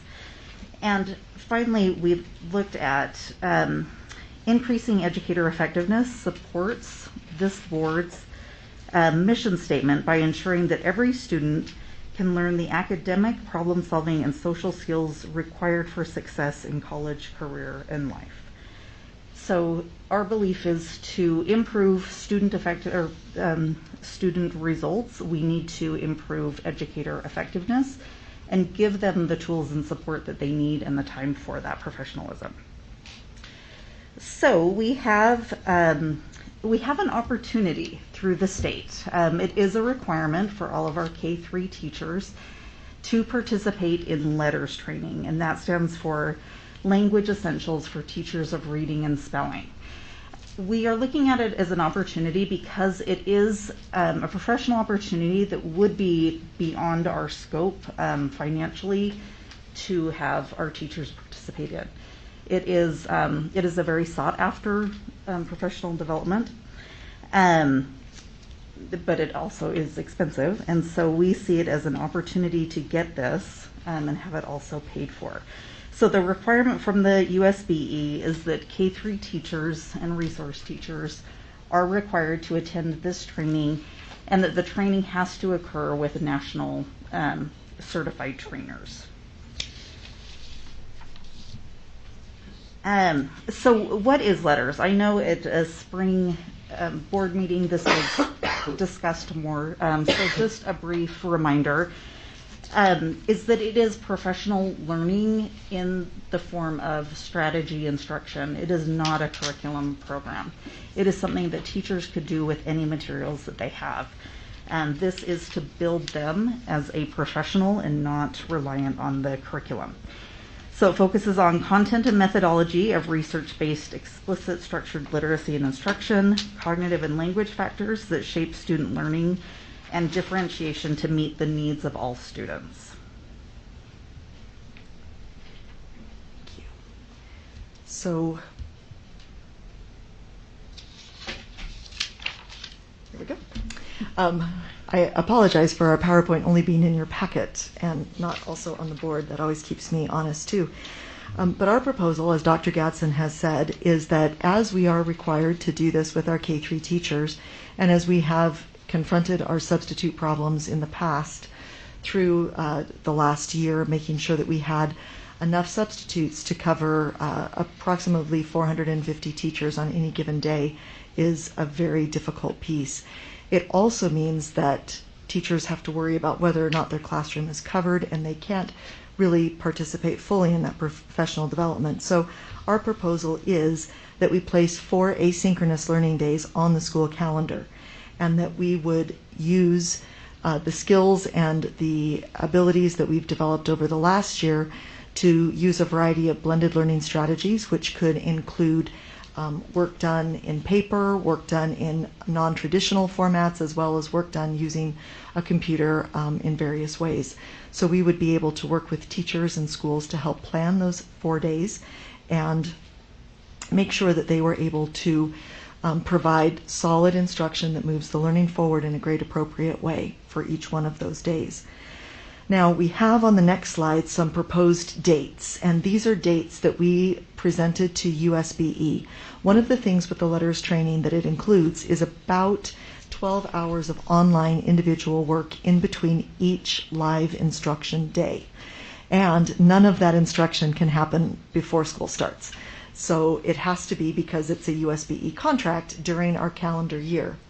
So we needed to place those days in the recommended 8 to 9 weeks apart from the beginning of school, between day 1, day 2, day 3, and day 4. So that drove our calendar, and we submitted all of these dates to USBE to have them contract with the national trainers. We heard today at 4 p.m. that our request for days has been accepted for October 5th, December 7th, February 15th, and April 19th, which are all Tuesdays. Those are the first days of each one of those lists. So those would be the days that we would present to you as the days that we would like to do this asynchronous learning, so that we can have all of our K-3 teachers participate in that required state training, and also have our remaining 412 teachers participate in some high quality, well-developed professional learning to meet the needs of their school and their learning. So we apologize for the fact that we have many dates on that slide, but the 4 final dates would be the first Tuesdays of each of those lists. It also enables us to have every school out on the same day, so that one of our concerns, as Chelsea and I planned, as Dr. Maloof and I planned this, was to make sure that we know that many of our older students watch younger students, and we were concerned about having multiple days with schools that wouldn't connect to those elementary schools. So in having it in one day, it does allow an entire family to only be impacted one time. So another way that we're looking at this as an opportunity is to broaden the professional development opportunities for all of our teachers beyond K-3. Looking at our proposal for elementary, we put it out to schools to, if they wanted to consider having their 4th through 6th grade teachers also participate in this. They wouldn't be part of the USBE training with the national trainers. However, we have 7 literacy coaches who were trained last year as trainers. It worked out nicely.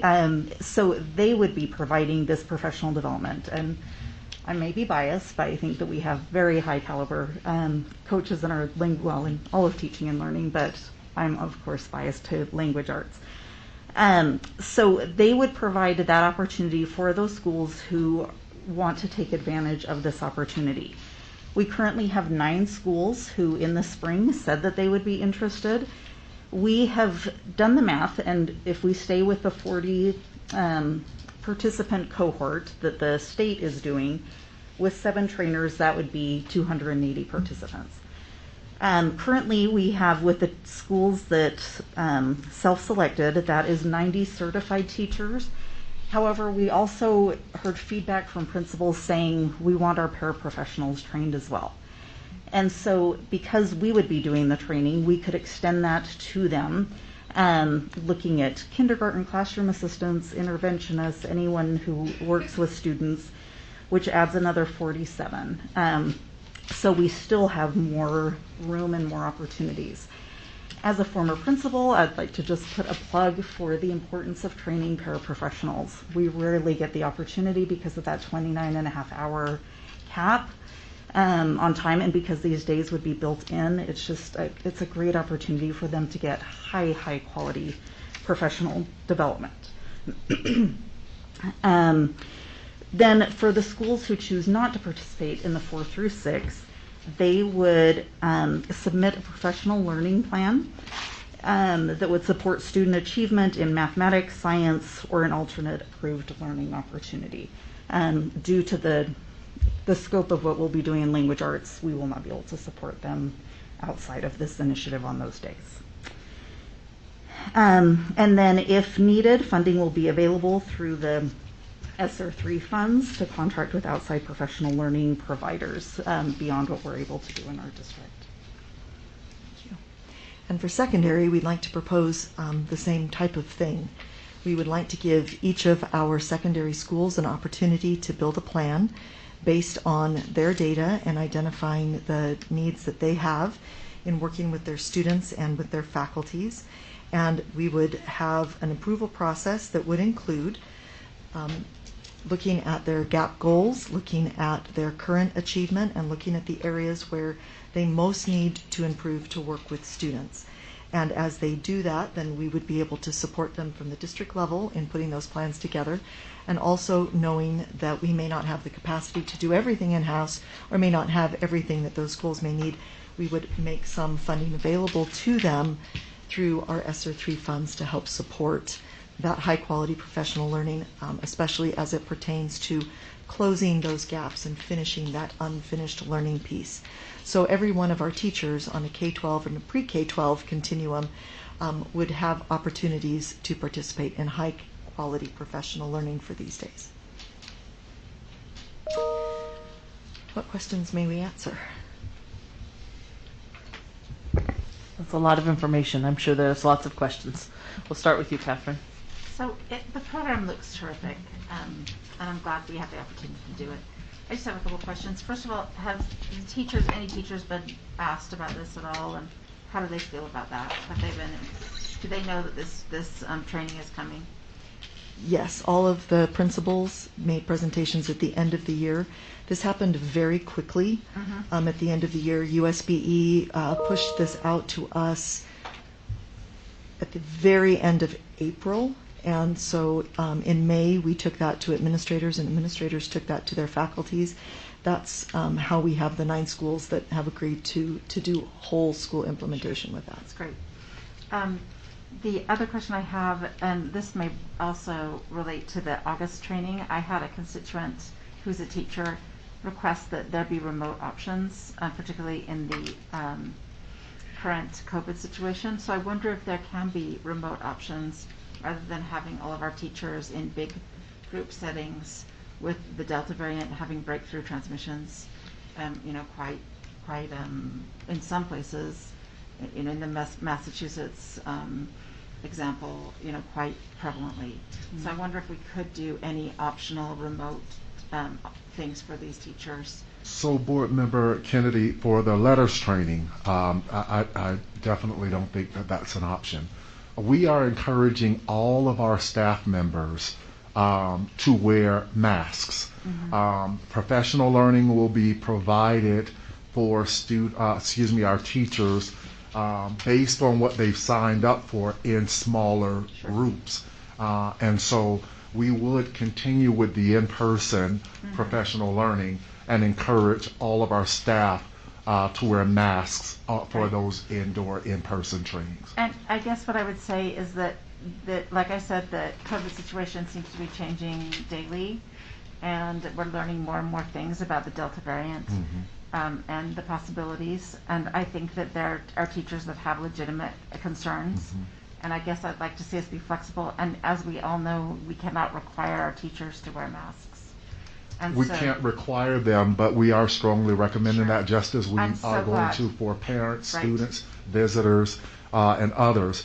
I think the people that we have asked to do the professional learning, to try to go back and have them ramp up. As you know, a hybrid option is extremely difficult to do, to monitor and manage, particularly at this late juncture. And so I'm just very apprehensive about asking staff to do that, and I can't stress enough that the masks are going to be very important. Is it done in small groups? It is. Thank you. That's a great question. The cohorts are all 40. Okay, so, and because schools will be out, we'll be able to choose libraries that will enable us to spread out and social distance as we come together as groups. I just encourage us to think about whether some of those, 1 or 2 of those groups for employees that are concerned, have health concerns, or family members with health concerns, if those can be, if those might be able to be done by Zoom. Well, the greater majority of those letters trainings are done by the trainers the state has hired, and that option is not available where we can go and ask people that the state is paying to offer a virtual opportunity. I just think we need to be really conscious of the fact that It looks like breakthrough transmissions are occurring. Right. Utah has, last time I checked, and then this may not be the right number anymore, but the 5th highest rate of transmission. That we know that vaccinated people can carry 1,000 times the amount of COVID virus that we with the Delta variant that we did. So I think that all those things, we really have to think about those things really carefully. And we will adapt and be flexible as we get more information. We meet with Dr. Dunn every Tuesday, and so we are definitely looking at that, and will adapt as we have done in the past with this pandemic to ramp up what we need to do very quickly. And I appreciate that very much. I hope we do. In the past, our district has adapted to a less cautious method. So that is our way of adapting. 30 seconds. And I'd like to see us adapt to a more cautious, more health protective way. That's what I'd like to see, is particularly for our faculty. They're very valuable to us. And as we try to educate them, I'd like to see that happen. Thank you, Catherine. Christy? Dr. Malouf, thank you, and Dr. Hall, it's so nice to see you here at the table. Thank you. So, Dr. Gatson, it's been said a couple of times tonight, I didn't know anything about the letters program, so I, reached out and started asking, about it. And my understanding is that it's not required, that it's actually recommended. Is that correct? Is it required, or because I was told it was recommended? Everything we've received from USBE has said required. for K3.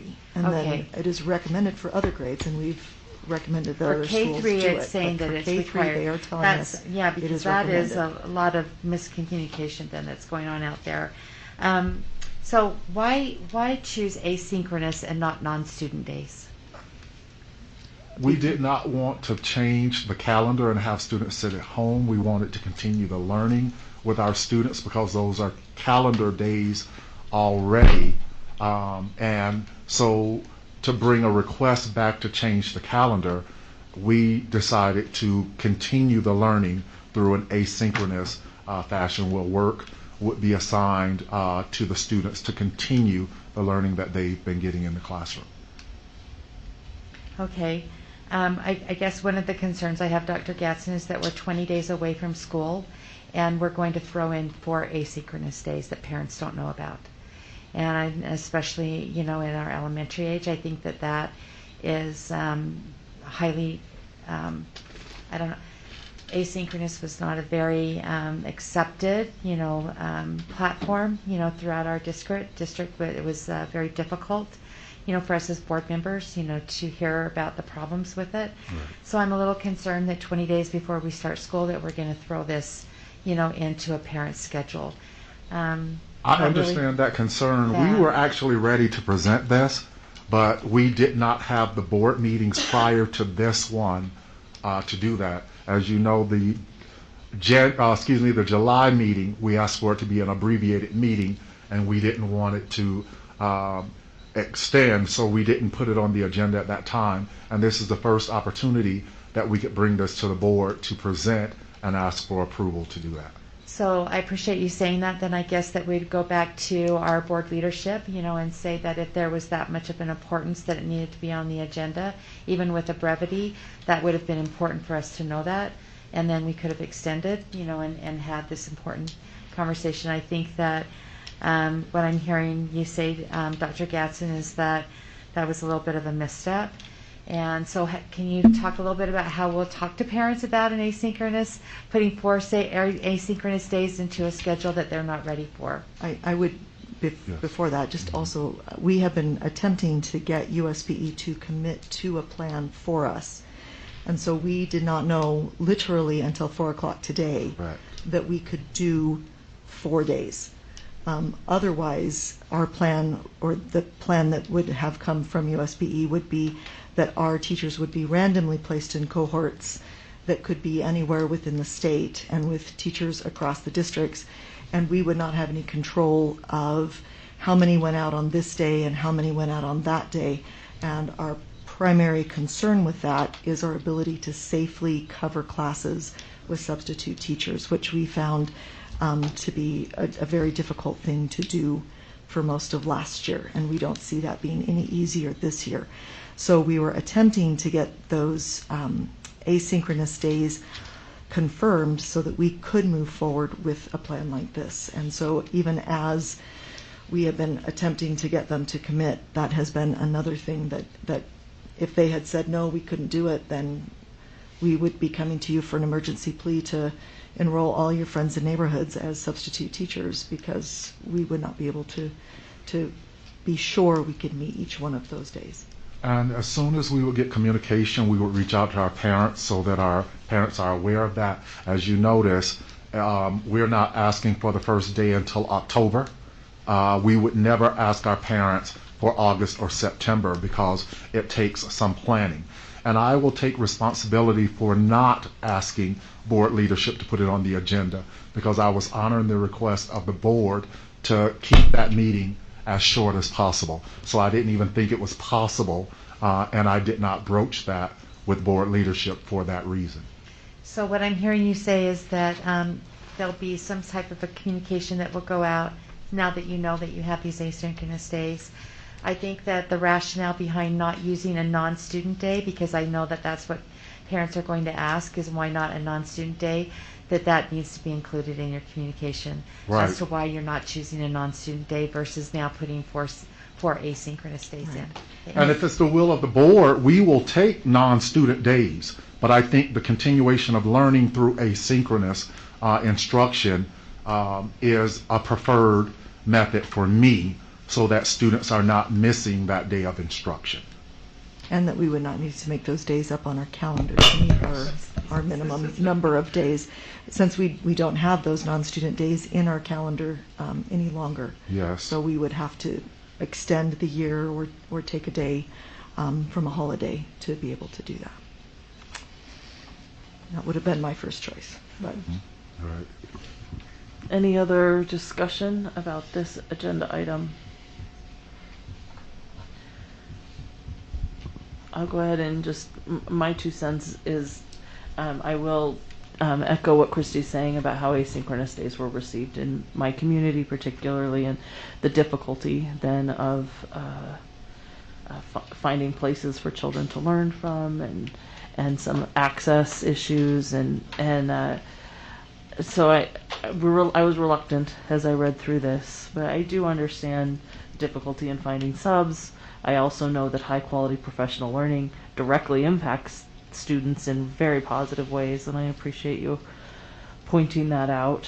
I do think messaging the benefits of this, and the focus with letters training on literacy, which is a priority for our board, for our district, as directly benefiting our students, is important.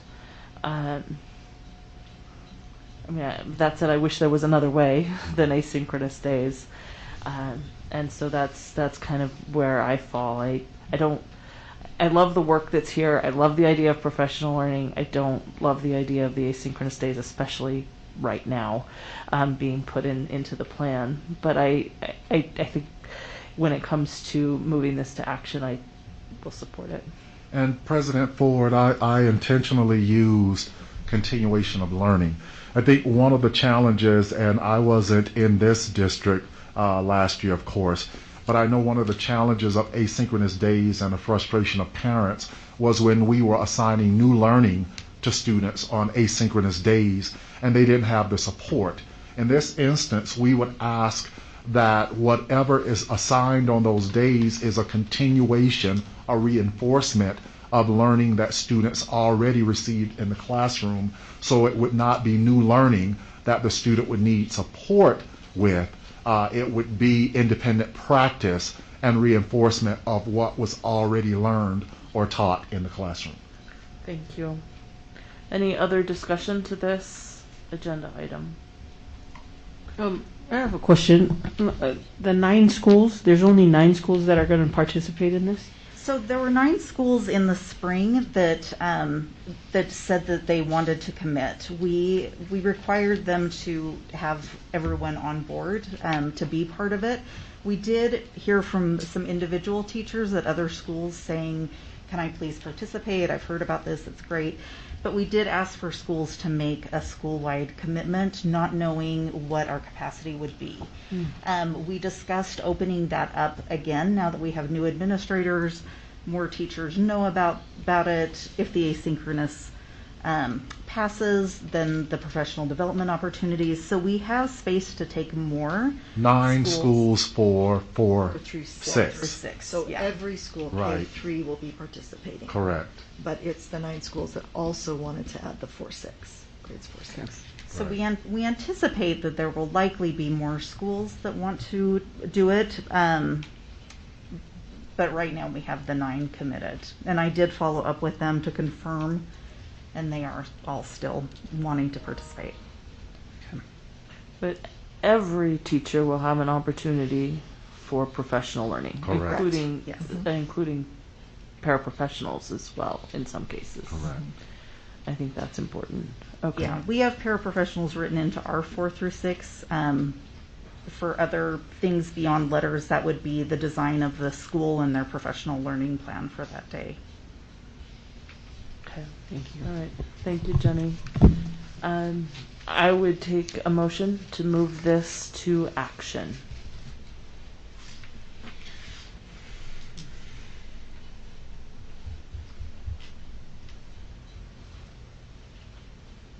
Any interest in moving this to action? President Ford, I'd like to make the motion that we move our plan as presented by Dr. Hall and Dr. Maloof, professional learning days, to the action agenda. Do I have a second? I'll second. Okay, motioned by Nate and seconded by Catherine to move this to action. And is there a discussion to moving this to action? Okay, we'll vote. We'll start this time with precinct 1. Bryce Williams, yes. Jenny Sika, yes. Catherine Kennedy, yes. Nate Salazar, yes. Mohammed, yes. Melissa Ford, yes. Christy Sweat, no. Okay. We will now take action on the plan for professional learning days. I would be open to entertaining a motion on professional learning days. I move that we accept the proposed plan for professional learning days, and with thanks to Dr. Maloof, Dr. Hall. The motion is that we accept the plan for professional learning days with thanks. Do I have a second? Second the motion. Any discussion to the motion? I think I'll just reiterate my concern about how the community, at least my community, may receive the asynchronous days, and hope that there is support for that being continuous learning. I like what you're talking about with continuous learning, and hope that that's an emphasis, that the students are the focus of learning on those days, as our teachers are the focus of learning. I think potentially it sets a very good model. Our teachers are learning and our students too, but we need to keep the student learning as our primary focus. Yes. All right. Any other discussion to the motion? Okay, seeing none, we'll vote, this time starting with precinct 7. Christy Sweat, no. Melissa Ford, yes.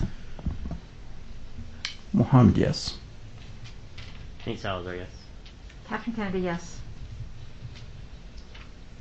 Jenny Sika, yes. Bryce Williams, no. Okay. Thank you for that. We will now, actually, we've been at this for a while. Do we want to take a 5-minute break? Yes, okay. We will reconvene in 5 minutes. Thank you.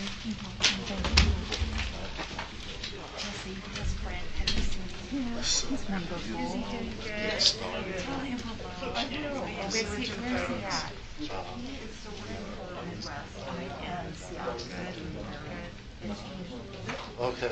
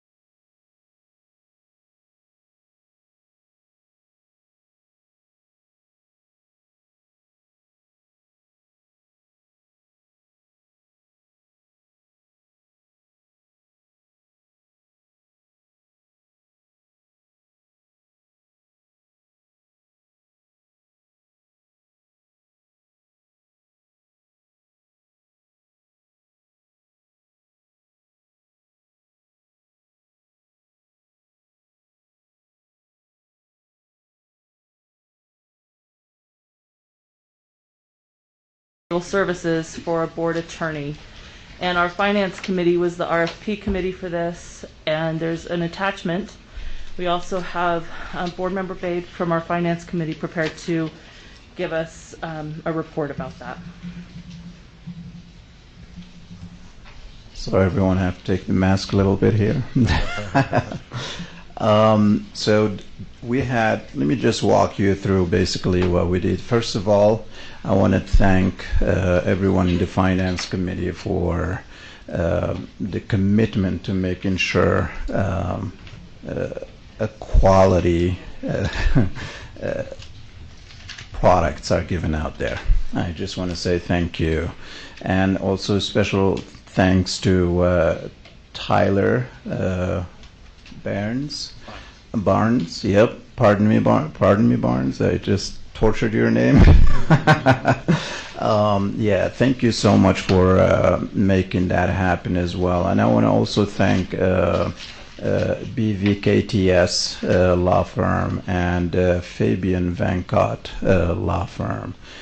We had a great time, actually. It was great getting to know them. So we had the interviews with them, and there is a scoring that takes place. So the first scoring has to do with technical criteria, and based on the numbers, basically, once we voted and once we filled out the scoring sheet, we have come to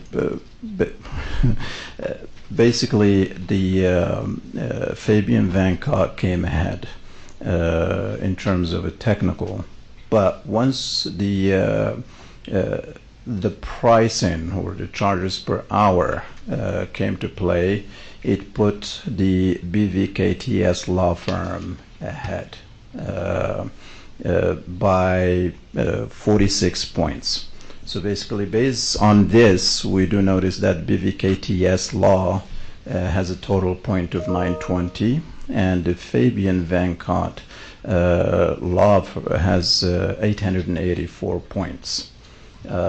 So with that said, based on these numbers, BVKTS law firm is the one that's been selected to continue, to recommend it to continue the legal services. So and I have my own thoughts, on this. And this is the amazing part about the democratic process we have. It was great listening to both.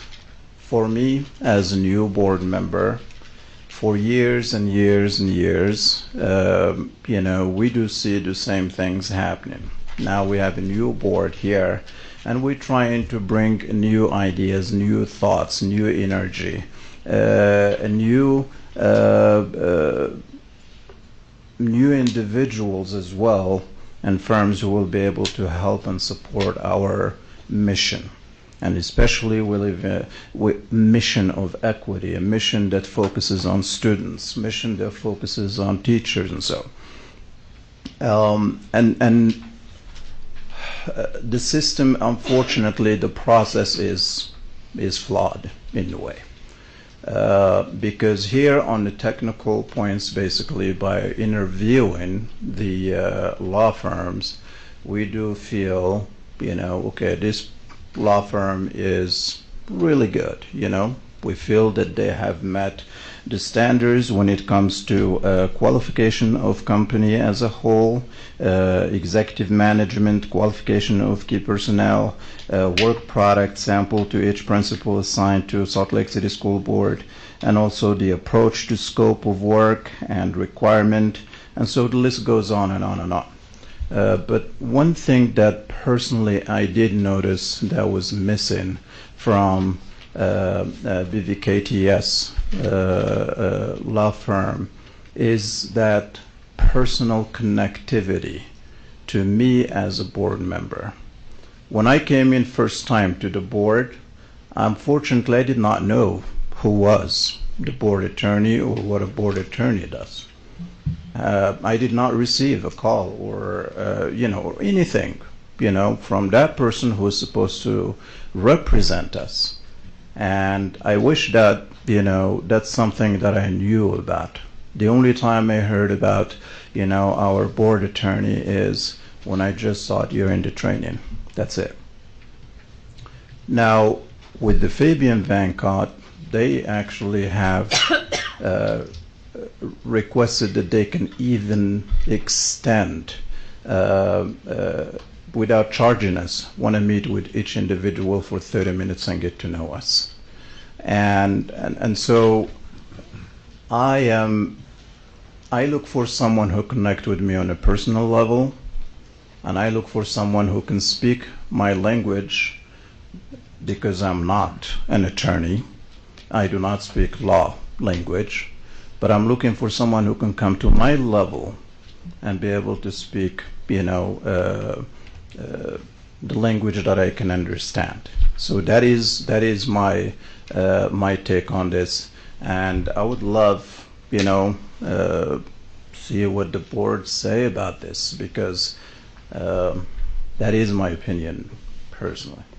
So your report is you went through what's here and how it was scored, and the Finance Yes. Committee recommendation then is BVKTS Yes. law. Mm-hmm. Your personal opinion is you had preference for Fabian Vancott. Yes. Do I have other discussion, perhaps from Finance Committee members or obviously the rest of the board about this? We have an RFP process and a recommendation. I think we can, if I understand our options, we can accept this recommendation, or we can perhaps start the process over again if the board wants to do that.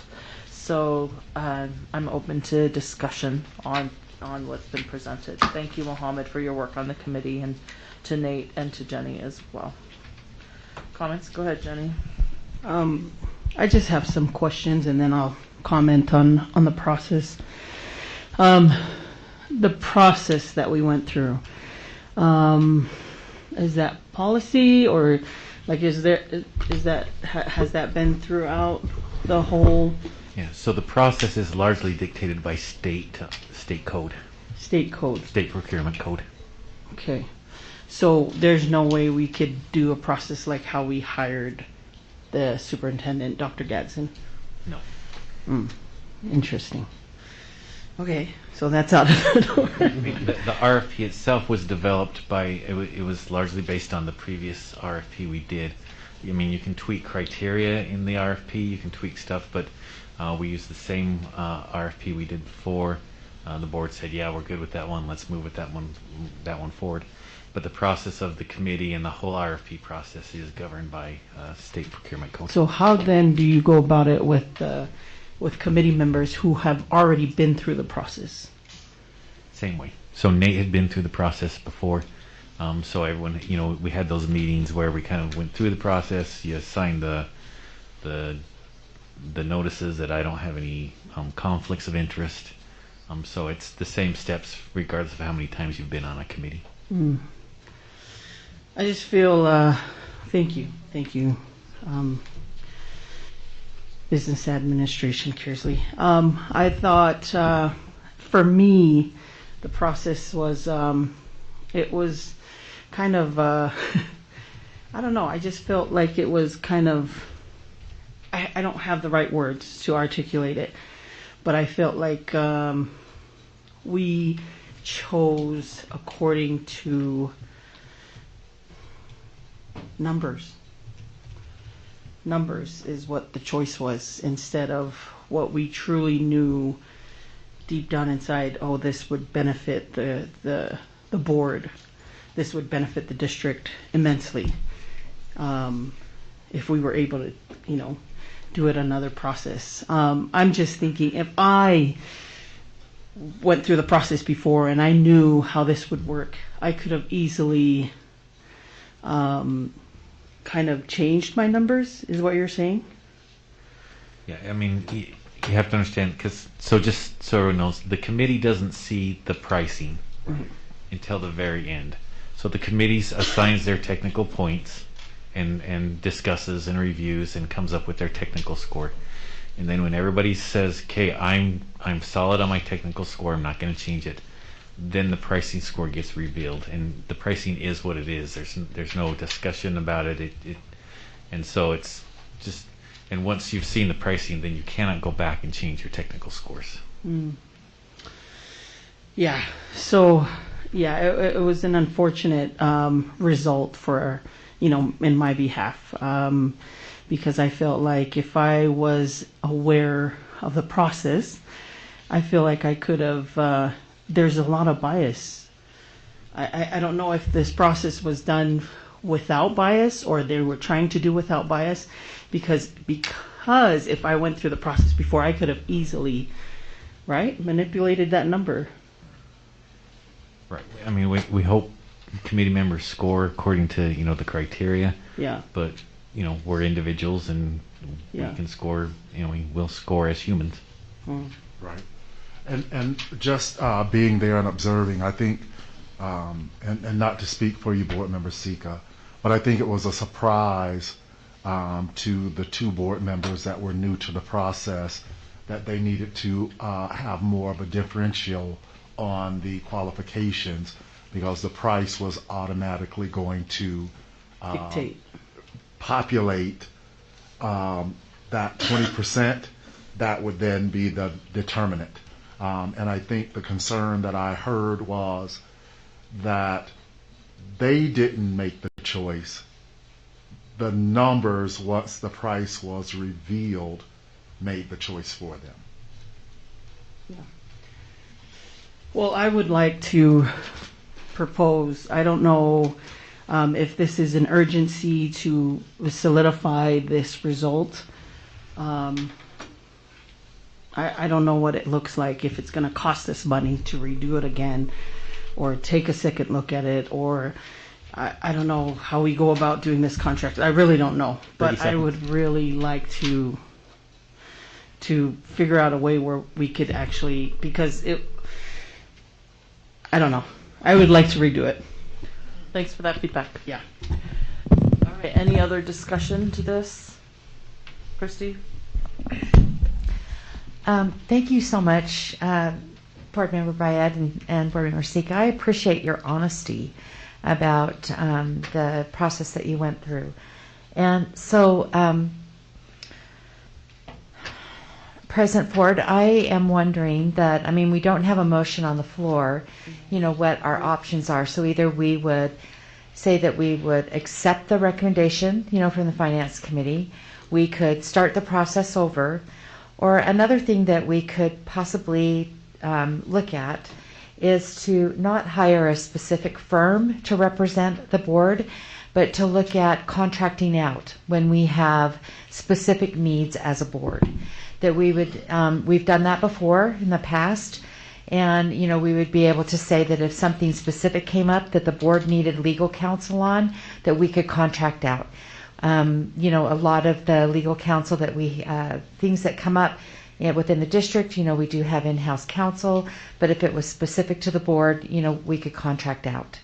So I think that there's three options maybe that we could look at, that way. So it might address, the cost, of doing another search, which, could also be a possibility, or to look at contracting out with,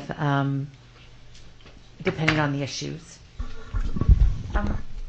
Yes, so let me just clarify, Christy. Three options: adopt this proposal, start over with another RFP, or do contract legal services and not go on the through basis RFPA. of need, right? Okay. Thank you for that feedback. Sure. Other comments? Thank you, Superintendent. Yes. Catherine. Yes, go ahead, Catherine. So, I am wondering, first of all, I think that there have been times that when we didn't have a board attorney that we needed one, and so I think we need to have one consistently. Mm-hmm. And, we went through a RFP, and, the people scored, and I think that we should respect that process. It's good to understand the process, I think, and it is an unusual process the first time you go through it, but I do think it was a process, and we went through it, and it was it was completed, and I think we should go ahead and respect that process. And confirm our attorney tonight. I don't think it's good to have the board be without an attorney. And we won't be meeting again for a month. Second, I also wonder if there's any legal ramifications for not honoring an RFP. And I guess I'd like to ask Christina, or ask if we can ask Christina about that. If there's legal ramifications for not accepting this RFP process. No, I mean, it's just a recommendation for you to award a contract as long as it's ratified by the board. I mean, you can't pick the second place person, so that's not an option, but you can void this whole process, not issue a contract pursuant to it, and then, you know, either pursue doing a new RFP, potentially with new criteria that business administrator Kearsley laid out, that perhaps wouldn't take into account pricing or would have, you know, less emphasis on pricing. You can redo your criteria, or as board member Sweat said, you know, you could wait and you would have to compare the cost of services, but you could bid out on an individual thing. But ramifications for not accepting this, as long as you just sort of scrap the whole thing, you're well within the procurement code. Mm-hmm. Okay. Thank you for that clarification. I would just continue to say that we had a process. The process was undertaken with, you know, with clarity, and I think that Tyler does a good job explaining the process. And I do think that it is unusual the first time you go through the process, but I do think that we should respect the process that we've done. Thank you, Catherine. Other discussion to this? Go ahead, Nate. Yeah, and just like weighing in on my participation, I think the first thing that I'd like to do is just extend an apology to Mohammed and Jenny, because what I feel like I'm hearing is that, you know, either myself or, you know, Tyler or Alan or us collectively who've been through these processes before didn't give enough information about what the process is. But I will say is that every effort as outlined in state code was taken. You know, we had an opportunity to have a training with Tyler. We had an opportunity to look at the previous RFP and the recommended RFP about criteria and about how those scoring methods take place, about even an opportunity to change some of the criteria, you know, to add things like personal connection in there, I think, you know, are things that we could have negotiated in our process. You know, I will say that I have a different opinion than Mohammed. You know, we talked about that quite a bit in our experience through this process. I think there's value in honoring our process as well, but at the same time, I will support the will of the board and what direction we need to go in. That's my style.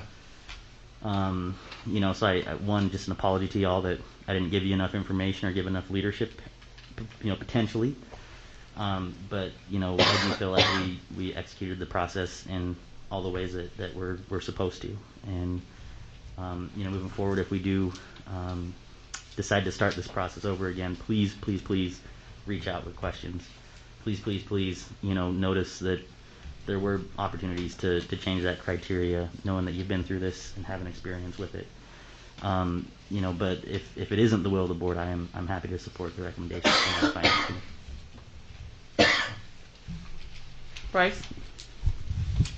I was just going to say I respect Catherine's comment on respecting the process, but also being the newest member of the board and hearing the process or the feelings that Mohammed and Jenny had, I think that's something to think about as well. So thank you for sharing those as well. Thanks for that feedback, Bryce. Christy? May I ask a follow-up question? Would that be okay? Alan, I so appreciate that you talk about the code and how we follow that. But you said something that I just want to make sure I understand. The scoring process, is that in the code, or is it the piece before, you know, leading up to that? I mean, do we choose how we score? So the scoring process, and Tyler, I'm sure, is listening, is code. But as far as the weight that's given and the scores, and there are some different options in the code. You can price it this, you can score it this way or that way, and the key is once you've laid out how you're going to do it in the RFP, You cannot deviate from that. Okay, that makes sense to me. So it's actually, we do have some flexibility as a board on how we want to lay that out, but once it's been laid out, then that's the process that you thought that you follow. Okay, thank you. Thank you for that, Christy. My 2 cents is, I mean, we have an RFP process. I think that we, I felt largely the same way you do the first time I did it. Well, the only time I've done an RFP. I think it's designed so that we are intentional about how we score, but not connected emotionally to the outcome, because it kind of is a collective and decided to be fair that way. And so, I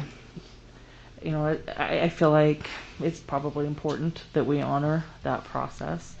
But given that, 2/3 of the finance committee is not sure they support the recommendation that's coming out of the finance committee, I'm a little bit torn. I do think it's important that we have board counsel.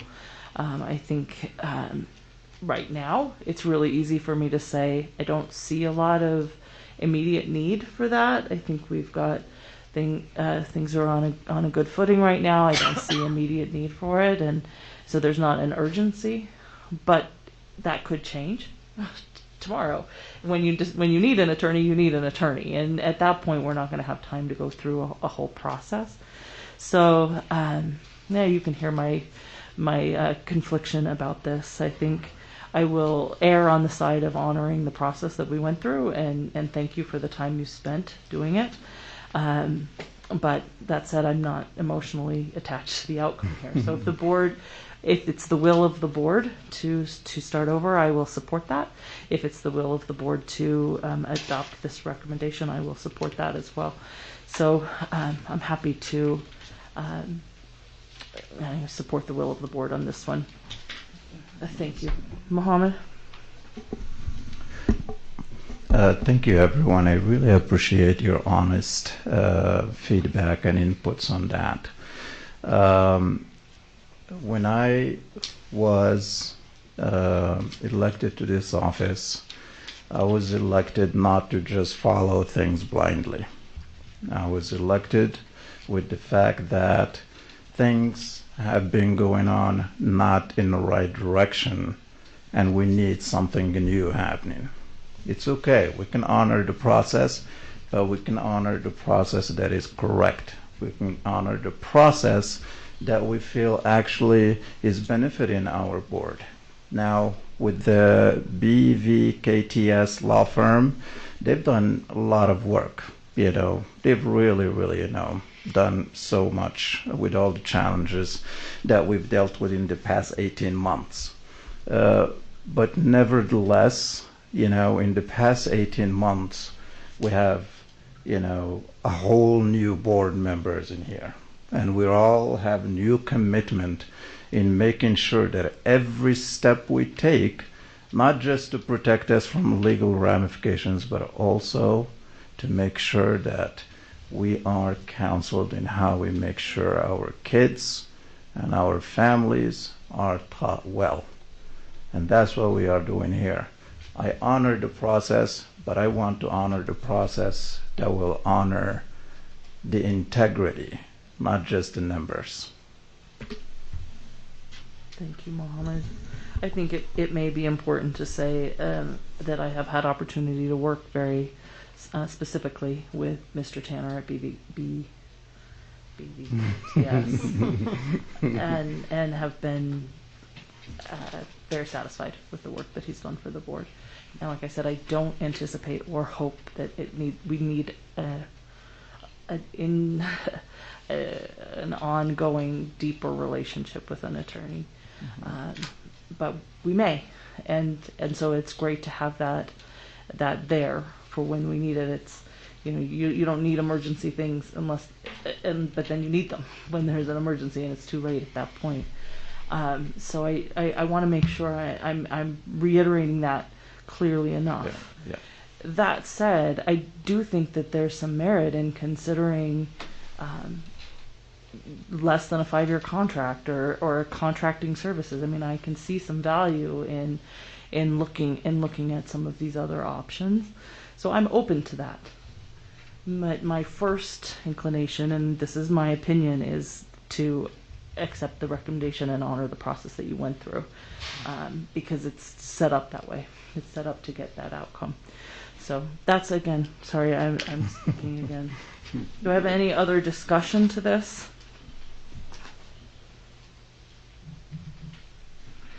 So I think that, seeing no other discussion, I'm open to taking a motion on this to move it to action. And I would perhaps recommend that we just move this to action and then take whatever action the board wants to take on this RFP. We can do that then. And I suppose we can take no action if the board wants to do that too. So, open for that. Yeah, let's move it to action. I move that we take action on the RFP Legal Service Board Attorney on whether to accept the results of the process or start over. So to clarify the motion, you want to move this topic to action. Yes. So the motion is to move the RFP for legal services to action. Do I have a second? I'll second the motion. Okay, so motion by Mohammed and seconded by Nate. Any discussion to moving it to action?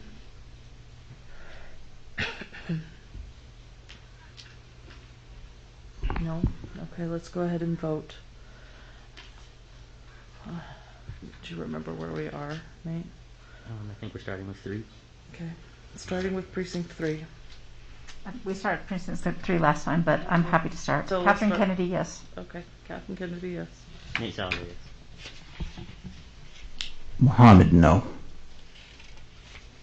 Melissa Ford, yes.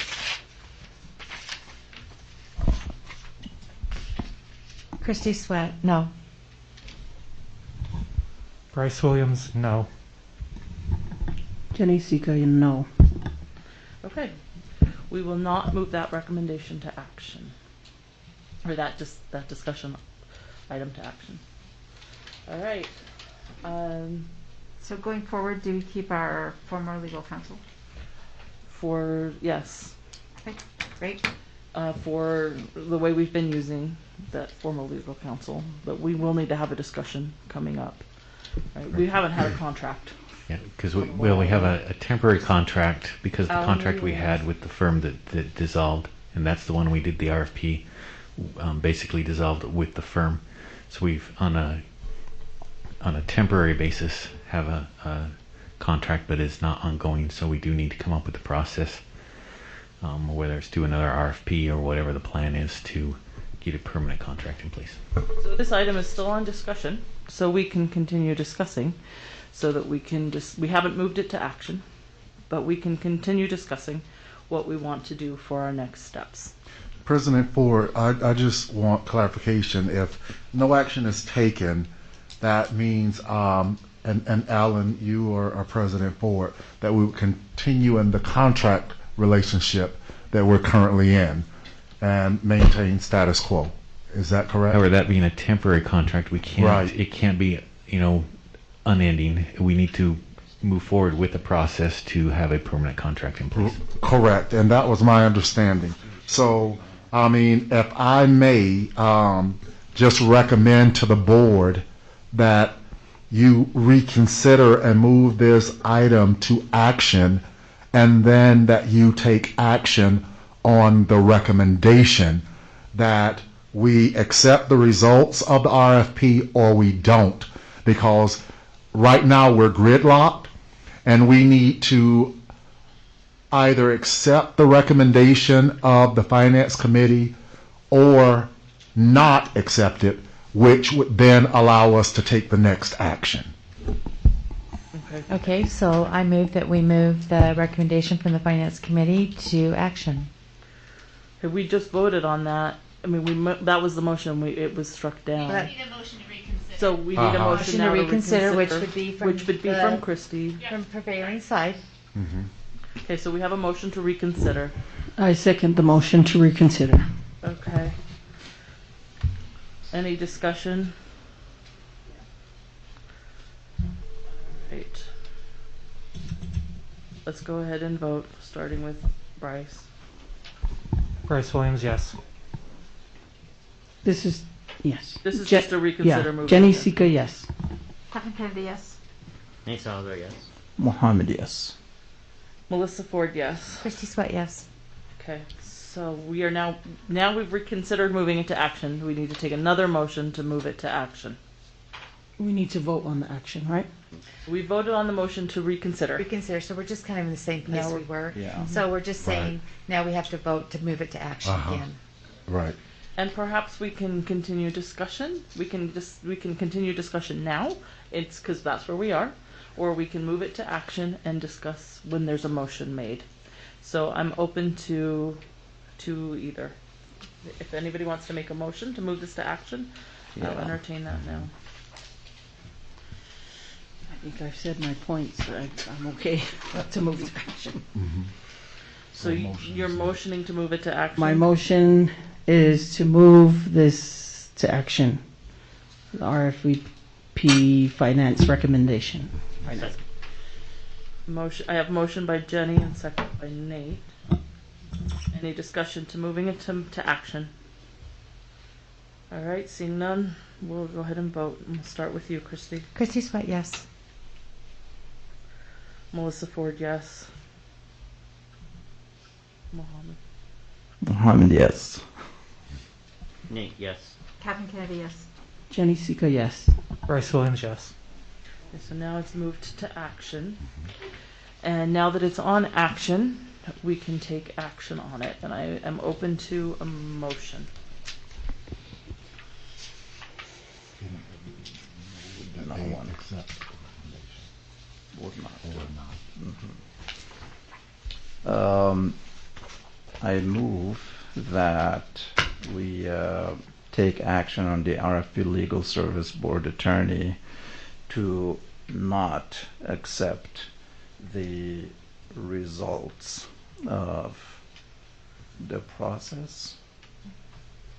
Okay, so not to support the recommendation from Yes. the Finance Committee. So the motion on the table is to not support the recommendation that's in front of us, the RFP process for legal services. Do I have a second? I second. And you need to respond in the affirmative because it's a negative motion. Okay, so motion by Mohammed, second by Jenny. Any discussion to this?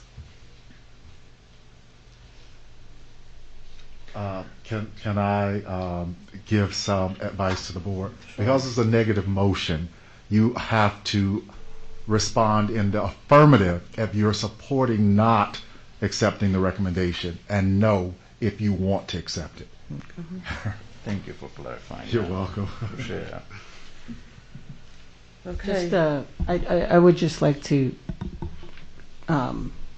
say a little something before we vote on this. Just because, we are new, there's a lot of things that are thrown at this new board that we are so unfamiliar with. And as a board member, being part of this, board member Salazar says, ask questions. There's only so much we were allowed to ask because it was confidential.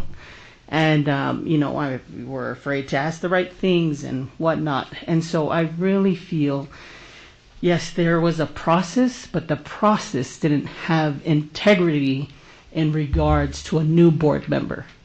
And so I'm going off of that for the rest of the board members and the rest of the school district to understand that we may be new, but the reality is that we want to do the right things. I appreciate And that. so I hope that alleviates or kind of puts a little whatever discomfort that is out there, that we hope that our instincts are not process.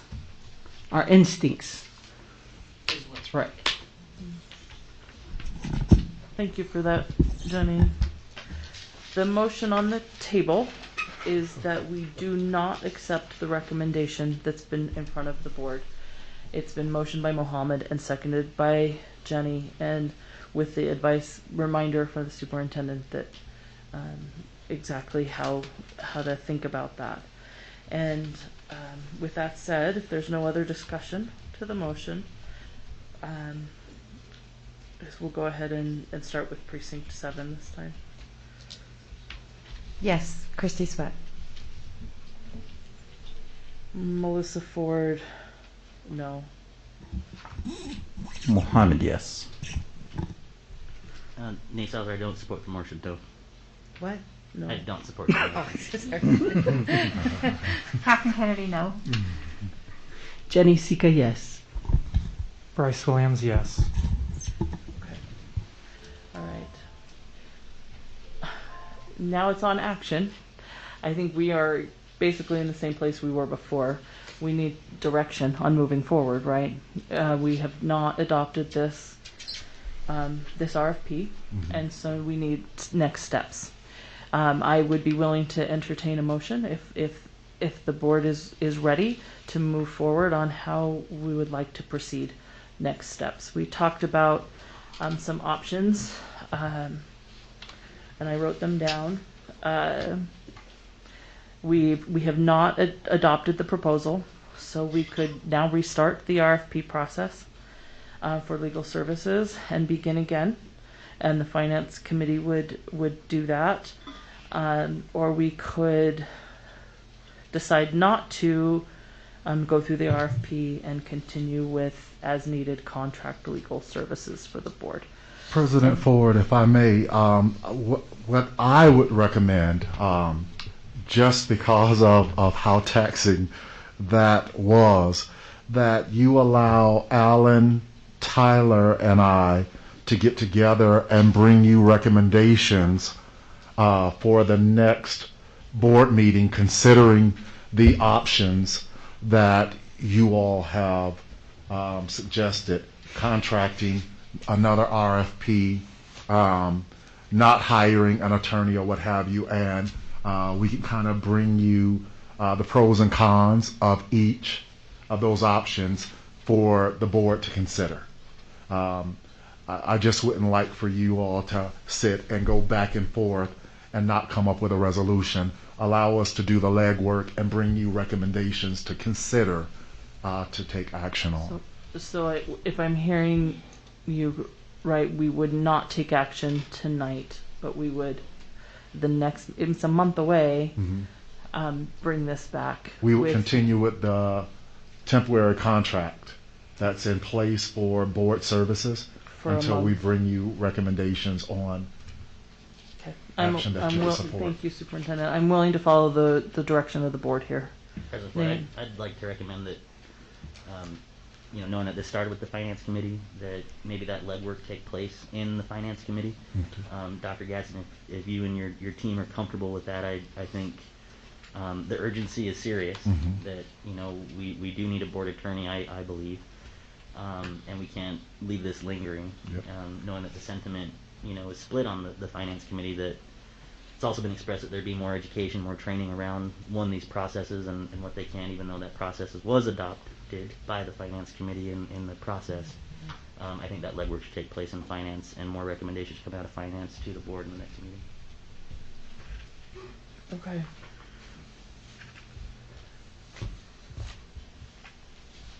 How does the board feel about putting this back to the Finance Committee? I think that is great, because that's going to give us actually an opportunity to learn more as we go. Because then we will feel like we've been vested, in the process, and not just something that's given to us and we, punch in numbers. Okay. Melissa, I think what a great opportunity we've had tonight for a learning experience with all of us, that the different levels. And I really appreciate what you said, Board Member Sika, about, a new perspective versus a middle perspective versus an old perspective, and I think that we should always be conscientious of that. So I, again, just want to say thank you for the honesty, thank you for the conversation, and ask that our president and vice president, that we always be thinking about how we can use these learning experiences to help all of us, in learning about that. But I think that it's a great suggestion that Nate's making, to put that back to the finance committee. That's where the board, had wanted the RFP, to be, and then for you guys to look at it and work with people that Dr. Gatson has identified, and then we go forward from there, and try and make a decision as quickly as we possibly can. Thank you. Thank you. Okay. All right. So that's the direction from the board, that this topic go back to the finance committee. All right. The next item on our agenda is the evaluation process and timeline. And Alan's going to share just the timeline document. I don't want to take very much time on this. We've already spent a lot of time on this meeting. In 2019, the board adopted an evaluation timeline. And here it is. And I will send this to you by email as well. The board also, a few months later, adopted an evaluation tool. And so we can have a brief discussion about this, but I really want this out in front of you and publicly for information. This puts us in July and August of setting goals in collaboration with the board for our business administrator and superintendent. And then we work on gathering those goals, presenting the evidence to the board, and using the evaluation tool in December. The renewal decision by January 31st is a little bit different in the contracts now. So that would need to be an adjustment on this. We don't have that renewal decision made by January 31st, but it is in that timeline. And then you can see that this is an ongoing evaluation process. So I just wanted to put this in front of especially new board members to give you an opportunity to think through that. This board adopted timeline. And then Alan, will you pull up the evaluation tool?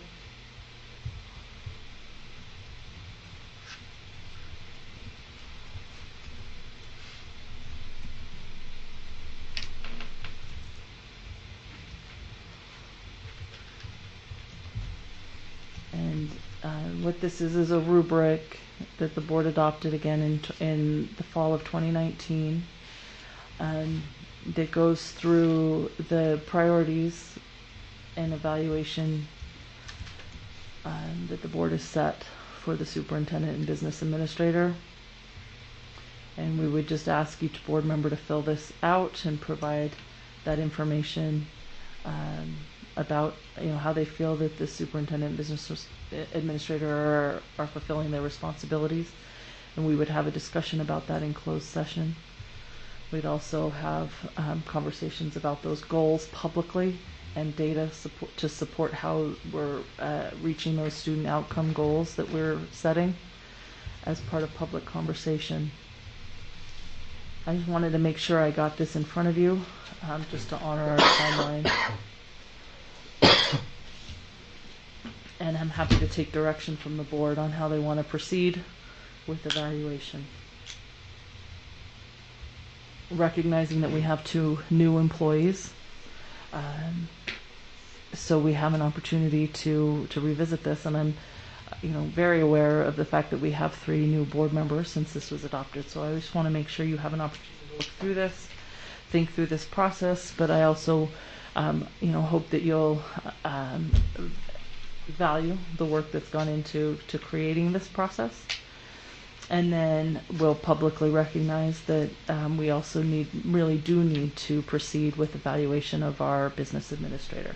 He's been with us for a year, and it's really time that we proceed with that evaluation with speed. So if there's no discussion on this, I'll just send you these, and I'm happy to take feedback offline. Any comments? President Ford, I noticed a couple of things. One, I think we need to evaluation. As my recollection recalls that an annual evaluation is due for the business administrator. We're right just a little over. But the other thing to the timeline I would like to suggest is that we have a timeline that reflects the staggered contract renewal dates and processes that we have now. Previously, we had both the BA and the superintendent on the same cycle for 2-year renewal of contracts as per state law, and so it might be nice to get a little more specific in this timeline, knowing that they're staggered year to year, so they're offset by a year. But otherwise, I think we should do what we need to do to educate the board, maybe in small group meetings, about the evaluation process so that people are familiar with what that means and what it is and how to move forward, and then come prepared to discuss our next steps at the next board meeting. Okay. Thank you. All right, let's move to our action agenda. We have 2 items on the action agenda. The first is the additions to cabinet. And Superintendent, I'll let you lead this, or remind board members what this is about. Yes. President Ford, members of the board, I am recommending that you approve the 2 additions to my cabinet. That would be the Executive Director of Strategic and Organizational Leadership, or actually Organizational and Strategic Leadership, I'm sorry, and 4th, Network Director. As I explained to you tonight, that the Executive Director of Organizational and Strategic Leadership would be that liaison between my office, working closely with the Assistant Superintendent and the other members of the Cabinet to make sure that we meet board expectations, monitor the continuous improvement process, be instrumentally involved in the student success planning process that takes place at the school, working to develop that strategic plan, 5-year strategic plan that we need to quickly get into place, and working with the board on our new student achievement plan. So you can see that there's heavy work for that person, and I'd like to be able to get that person on board very quickly so that I share not only my expectations, but you have an opportunity in the planning process to share your expectations with that executive director, myself, and the assistant superintendent, so that we can carry out your will and work quickly to start meeting those key performance indicators that are going to move the needle for student achievement and success.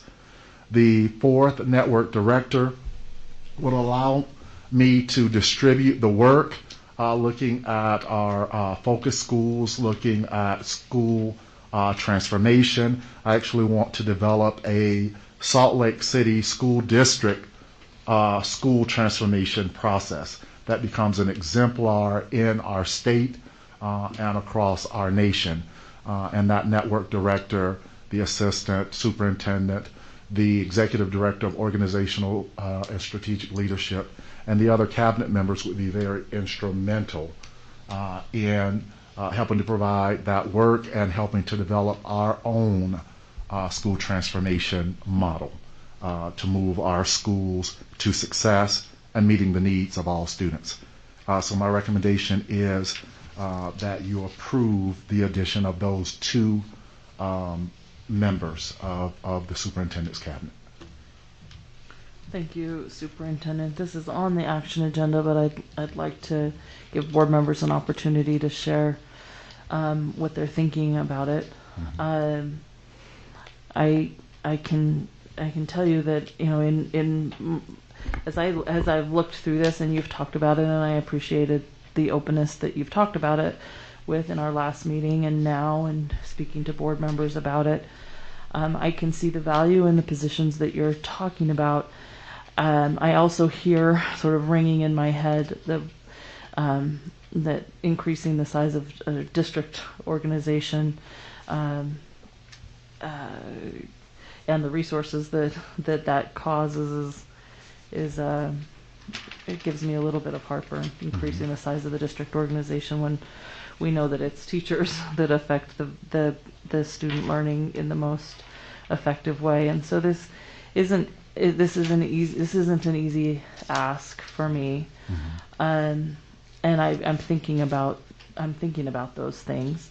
I do see the value, though, of the strategic planning position, and I certainly, and I know you had a consultant help you kind of look through the district, and this recommendation is coming through a lot of work, and we hired you to be our leader and to make these sorts of decisions. I certainly don't want to be in a position where I don't feel like I'm setting you up for success. But it isn't something that I support easily. Yes. And so that's all I'll say for now. But I am interested to hear how the rest of the board is thinking about this. And if I may respond to something that you're saying, I'm very cost conscious. And as I told you all, I look at the district's budget as my own checkbook. And as I said, I'd like to develop our own school transformation model. We've been paying $150,000 a year to have others help us with our school transformation model. I'm looking at not continuing that contract, and that's $150,000 that comes back to the district, because I can't support bringing on an executive director who would be charged with that work and then paying $150,000 to an outside organization to help us with that work. So I am looking and very cost conscious and looking at those things that we've just done for years. No one knows what the return on investment or what the initial problem was we were trying to solve when we started some of those things. So you will see over time, working with the business administrator, some of those things that we've just been paying out money and doing, if we no longer need to do it, cutting those things out so that we can reinvest in our classrooms. Well, thank you for that response. Other comments on this from board members? I just have I really appreciate the details given in here, because everything that we are doing here again and again is to make sure our kids are getting the best education possible. And I have a question now. Let's say we have built our own machine that helps with this. Will we be able to contract our machine as well to help other? So will that be more revenues to the district? That's my hope. Okay. That we take on an entrepreneurial spirit, and everything we do with excellence, so that we become the exemplars and then are able to become the consultants for other districts. Thank you.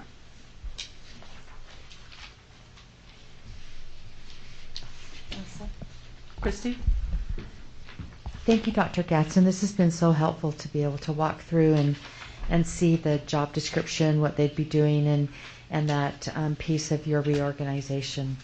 I think what would also be helpful for me, because I have the same concerns as always, we had a former board member that we used to talk about growing the district, at the district level versus putting teachers in our core subjects. And so what would be helpful is to see a reorganizational chart, from you, and so that we can see what you're thinking about and where everyone's placed and what changes you would like to make. I think that would also help, with for me. I, like Melissa, want to make sure that we're setting you up for success. We told you that when we interviewed you, that we wanted to do that. So the information that you've given us has been very helpful, and I appreciated Alan walking through the salary schedule with me today, because I was trying to look through that document that you gave us, which was very helpful. Yes. So thank you again. I appreciate the thoughtfulness that's going back behind this. And I didn't know about the 150. Maybe you could tell us a little bit more about that offline. Yes, ma'am. Because that was something that I wasn't aware of. Okay. Thank you. Christy. Other comments? I'm willing to entertain a motion on this, as it's already on our action agenda.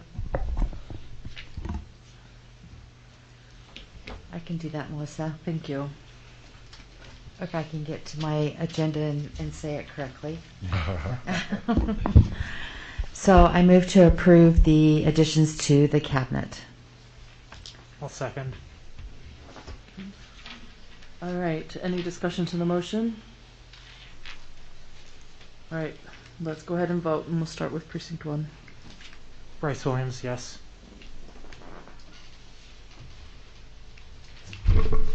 Jenny Sika, yes. Captain Kennedy, yes. Nate Salazar, yes. Mohammed, yes. Melissa Ford, yes. Christy Sweat, yes. All right, moving on to the next item on our action agenda. It's the minutes for the July 6th board meeting. July 6th. July 6th. Did I say 4th? I'm sorry. It's okay. Independence Day. There are a few corrections that need to be made to these minutes. One of them I noticed that I'll mention is just that the board met in closed executive session to consider character and competence and not litigation. So that change needs to be made to the minutes. Board member Sweat had a couple of things that she wanted to bring up as well. So again, I think that once we make these changes, President Ford, then somebody will need to go back and make sure that the changes are made, even though we'll approve the minutes tonight. That would be great if that's our business administrator, Alan Kearsley. So underneath live streaming of board meetings, right now it states that, Melissa, you explained live streaming board meetings began during COVID when board members were not meeting together in the same place. Then it states, she said now they are back in person and it is no longer needed. That's actually not what was said. What you said was that 2 board members asked to have this discussed and that you brought it forward and was looking for feedback. That's actually what happened that night. So it wasn't you saying that it was no longer needed. That needs to be changed. Underneath board member report, the first piece, this is a little confusing the way that this was talked about. So, Alan, I'm not sure. Maybe I can do like some edits for you. But, when I send you the document. I know. When it talks about asked if the last page of the RDA CRA report that lists reimbursements, that wasn't actually what we were talking about. Right. We were talking about The the report that Catherine provided for all of us and for you to look at, so we just need to reword that. And then the report that Catherine, sent to everybody needs to be added to our minutes because we all referred to it and it was sent during a board meeting. So I think you have that, but that also needs to be added to the end of our minutes, where we add documents that were passed around. And that's all I have. Okay, I would be open to accepting a motion to approve the minutes pending those changes. So move to approve with the amended Alan, minutes. with the amendments. with the oversight that they don't get posted until they're changed. So motion by Christy to approve Second. the minutes with the amended changes, I'll second. and seconded by Bryce. Any discussion to that? Okay, then let's go ahead and vote, starting with Christy. Christy Sweat, yes. Melissa Ford, yes. Mohammed, yes. Nate, yes. Captain Kennedy, yes. Jenny Sika, yes. Bryce Williams, yes. Thank you. That concludes our action agenda. And now we'll move to the board member report if needed. And let's just go around the table. Are you starting Yeah, with me? we'll start here. Thank you so much. Let's see. Superintendent, could we possibly get a late start busing schedule? That was something that we were all expecting, that once any of those tweaks were done, that we'd be able to see each individual school where they were placed on the busing schedule and the time for start time and end time.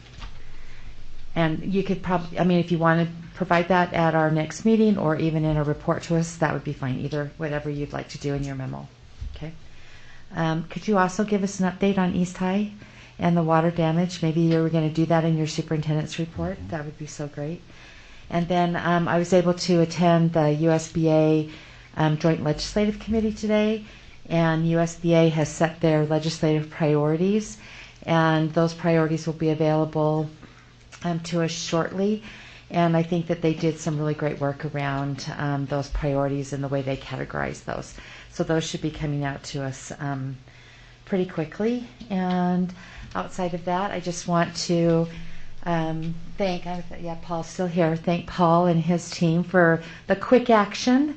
And I'm sure you're going to say that, but I was getting messages and and then Twitter pictures and everything else about East High. So thank you, Paul, to you and your team and your quick action. Just so appreciate everything that you do. That's it. Catherine? I'll just keep it really brief that the USBA JLC meeting is on August 20th. Do we have a JLC member? We have a delegate, right, and we have 2 alternates. Okay. And I was just going to see the availability of the alternates and let them choose who wanted to be the official person, unless the board gives me other direction. So the meeting was originally scheduled for August 13th, and it was moved to August 20th, and I am out of town on that day. So I will need to have a... so maybe our 2 alternates could move into those spots? And Christy is almost always I'm there. also on the, I mean, I could take Catherine's spot, or I could take one of the alternate, it doesn't matter, but we have 3 votes. So we need to have 3 people there voting. Okay. And we really should have everyone there to vote if we can. Yeah. And so, every board member is invited to attend. It's a dinner on Friday and the meeting on Saturday, and you're all invited to attend, and it's good information, and it's good for us to have. But as these guys are saying, we have 3 votes, and we need to make sure we have 3 people there. so let's just identify them. Catherine can either call Richard, but they need to be called. We need to call tomorrow. That's right. So there'll be the meeting is Friday evening and then Saturday morning. Friday evening we go through the information. There's actually a really terrific dinner usually. I hope they hold it outside this year. But it's a fabulous dinner, a big barbecue dinner. Superintendent and business manager usually go to that. So it usually starts around 6 and it goes till 7:30 or 8, and then the next morning it starts at 9ish usually and goes till about 11, and you are issued a voting card as one of the people. So can our alternates attend? Who's our alternates? Am I one of them? I'm just looking it up. I think that am I one? I don't know. Maybe I'm not. Our alternates were our new board members. I think I am one, if I'm not mistaken. Yeah, and Jenny may have been one. Is that right? Or That's what I thought it was, Muhammad and Jenny. I'm looking it up right now. Just give me a minute.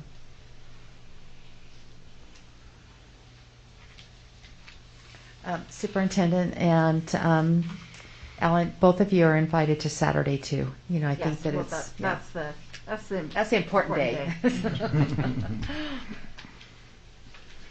that the food day? No, Friday is the food day. So the USBA alternates to the delegate assembly, those are the ones we're talking about here, right? Thank you. Yes, it is Mohammed and Jenny. Oh, it is me. We'll get tons and tons. So I'm gathering you can't do this on Zoom. I'm out of town too that week. Okay. Here's your list again. Bryce says he's able to attend. Our delegates were, and Alan, tell me, I know our alternates were Jenny and Mohammed. So delegates are Nate and Bryce. And Nate and Bryce. And perfect. Okay. And so then you need one more person who's going to be Mohammed. Yep. Okay, as an alternate. As the vote, Okay, so because Catherine is a board of director. Oh, you will be there. Yeah, I'm going to be there anyway. Okay. But because Catherine is a board of director, that's where she gets her vote. Okay. And so now we just need to make sure that she can move her vote to somebody else on our board, or if it has to come to me. Why don't we I'm on have the it come board. to you? Why don't we have it come to you since you've been in those? Right, and then it would still meetings. stay with Bryce and with Nate. Okay. But let's have Catherine clarify that. I will, first. I will So, email. so it says Bryce on those committee assignments because I just filled him in everywhere we had our previous board member. So we haven't actually elected Bryce as our delegate. So my actual recommendation will be that one of our alternates take that spot. Okay. And so with Jenny being out of town, I think our alternate should fill in. That Okay. doesn't mean you shouldn't go, Bryce. You should, but I feel like That makes sense. the votes for this will go to Christy as the board of director, and then our delegates will be Nate and Mohammed. So Catherine will find out for sure. If it's not necessarily a direct line to me, then somebody else could take it, or I'd be happy to take it. So Well, let's see say what Richard says. Well, if it can be with you either, if it needs Yeah. to be or it can be, then let's put Okay. it there and then move forward. Sounds great. Christy, Nate, and Mohammed, and I'll email. Thank you. Yeah. I'll email Richard about that tomorrow, and then I will communicate with people. Okay. Thank you. Bryce, do you have a board report? I'll just be very, very quick. Just wanted to thank everyone for the warm welcome. The first, I think it's been 5 weeks now, has definitely been like a fire hose down the throat, but everyone's been very supportive and welcoming, and just want to thank everyone for that. Thank you. Do you want to say something, Adair? You don't have to, but you're welcome to. I'm just really happy to be here. Thank you. Thank you. We're excited to have you.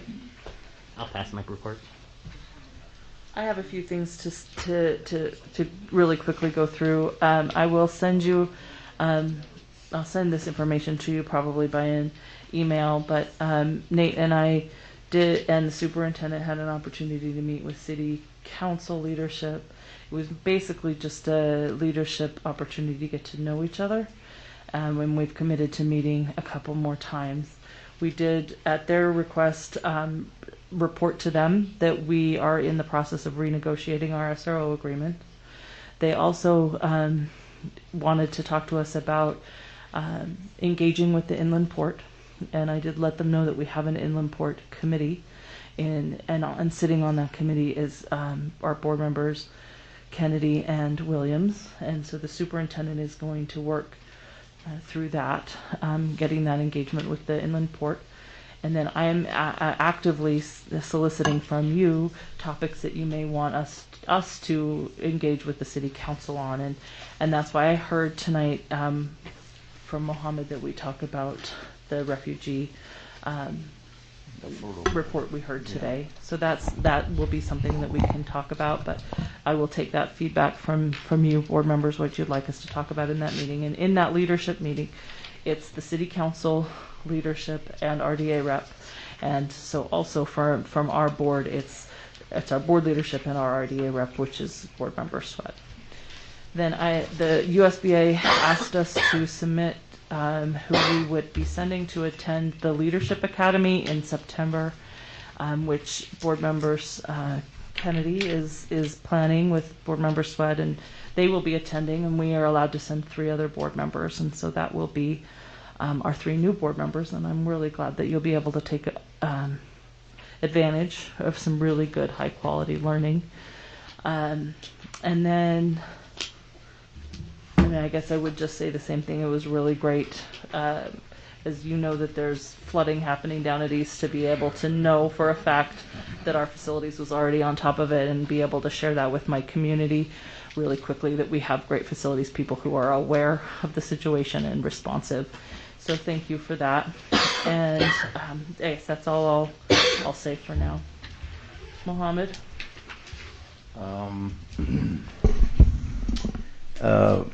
Thank you, everyone. Really, thank you for, letting us open our heart and being committed as well to us having, some really, really good board that's just like far beyond explanation, not just following rules blindly, but also we really dig in deep and make sure things are done properly. I'm so excited that school is about to start, and at the same time, so sorry to hear about East. I was having nightmare about that, as a matter of fact. That I was, I'll share with you the nightmare I had. So I was, going out there, looking how deep is the water, how much flooding is there, and suddenly, because I can't swim, I don't know how I do that, but I can. And suddenly I started going down, and then Dr. Gatson came as well, and I said, oh, it's 29 feet deep, and Dr. Gatson was like, no, it's 65 feet deep. That's how far is the water down there. And so he pulled me finally, and the rest is. I can swim. Yes, I'm telling you. So that's how much I've been thinking about our schools every day. I am so proud of everyone in our schools. I'm sure you're all excited and anxiously waiting to start. Know you have our support, and know we are here for you, and do not hesitate to reach out to us. And very blessed and honored to be your servant in this community. Thank you. Thanks, Mohammed. Jenny? Yes, just thank you, everyone. I welcome you, Dira. I'm excited to work with you. I just love it. I love your personality, everything. I'm really, really excited. Thank you. Just all the work that has been put forth to begin our August 24th startup, and I'm looking forward to a great year. So, yep, that's me. Thanks, Jenny. All right, Superintendent. President Ford, members of the board, and to all of our constituents, our families, our students, our faculty and staff. I just want to stress that students are our primary business, and with me, students will always be first. So you will always see me modeling that, and that is the expectation of staff, that we put students first. With that, I want you to know that Salt Lake City School District is not an island. I have committed, along with my 4 counterparts in the Salt Lake County, that we will move together, that we will move as one unit, make decisions related to COVID and in-person instruction for our students as a unit, so that everyone sees that there is consistency across our county in the way that we are doing our work. We are committed to providing 5 days of in-person instruction for our students, and with that also providing choice for our families for remote learning, for those who for one reason or another choose to be at home as opposed to being in school, and providing the same quality of instruction remotely that our students are going to receive in in-person instruction. I wrote in my first newsletter that I believe it takes a village to raise a child, and I truly believe that. We have to act as if each one of the students in our district is our own. And those things that we would advocate for our own children, we advocate for all children. We are strongly recommending masks. Again, we are strongly recommending masks for all students, staff, and visitors to our schools and district properties, regardless of vaccination status. We are strongly recommending masks for all students, staff, and visitors to our schools and our district properties, regardless of vaccination status, because we want to ensure we are providing healthy working and learning environments for our employees, our students, and our families. We will employ the same mitigation strategies we had in place last year: sanitizer on our bus, sanitizer in our classrooms, cleaning frequently high-touch areas, social distancing where we can, based on the capacity of that room, that is being used, isolation rooms, the plexiglass barriers, providing masks for those who want and need them, and many other strategies. I want to make sure that our families know that our HVAC systems are working. They are pumping fresh air into our classrooms and making sure that air circulates. We've had recommendations for opening windows, and I've actually shared that that is actually counter to our HVAC system. While it allows fresh air in, it impacts our working HVAC systems and don't allow them to filter the air as they should.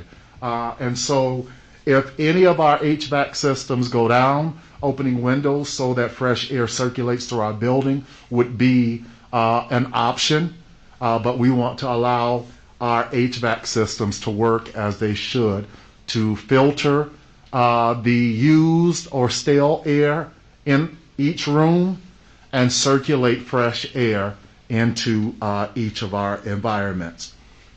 I have sent out notice to all of our staff that they will return to their workplaces on August 9th, and again, strongly recommending that as they return to work, they wear masks on our property. I sent out letters, and I am very sincere in inviting families that left us previously to return to us and give us an opportunity to show that in Salt Lake City, every student matters and we treat our students like they are our own. And so we're asking families to come back and give us an opportunity to prove that this is the district for them and that we can provide high quality, engaging instruction for all of our students. I am going to be pushing for a meeting with the mayor. It's my understanding that East High School flooded the way that it recently did about 4 years ago. And a part of that flooding is because there's not proper drainage and flow for water so that it does not flow downhill onto our campus and flood it. Right now we have a total loss of the gym floor at East High School. I want to thank Paul Schulte and his staff for the responsiveness, the quick work that went into getting that facility cleaned up and open for business the next day. It is unfortunate that we had that total loss, but we can't allow this to continue to happen. The city is going to have to do something about the flow of water and the drainage so that we don't continue to incur damage on our property.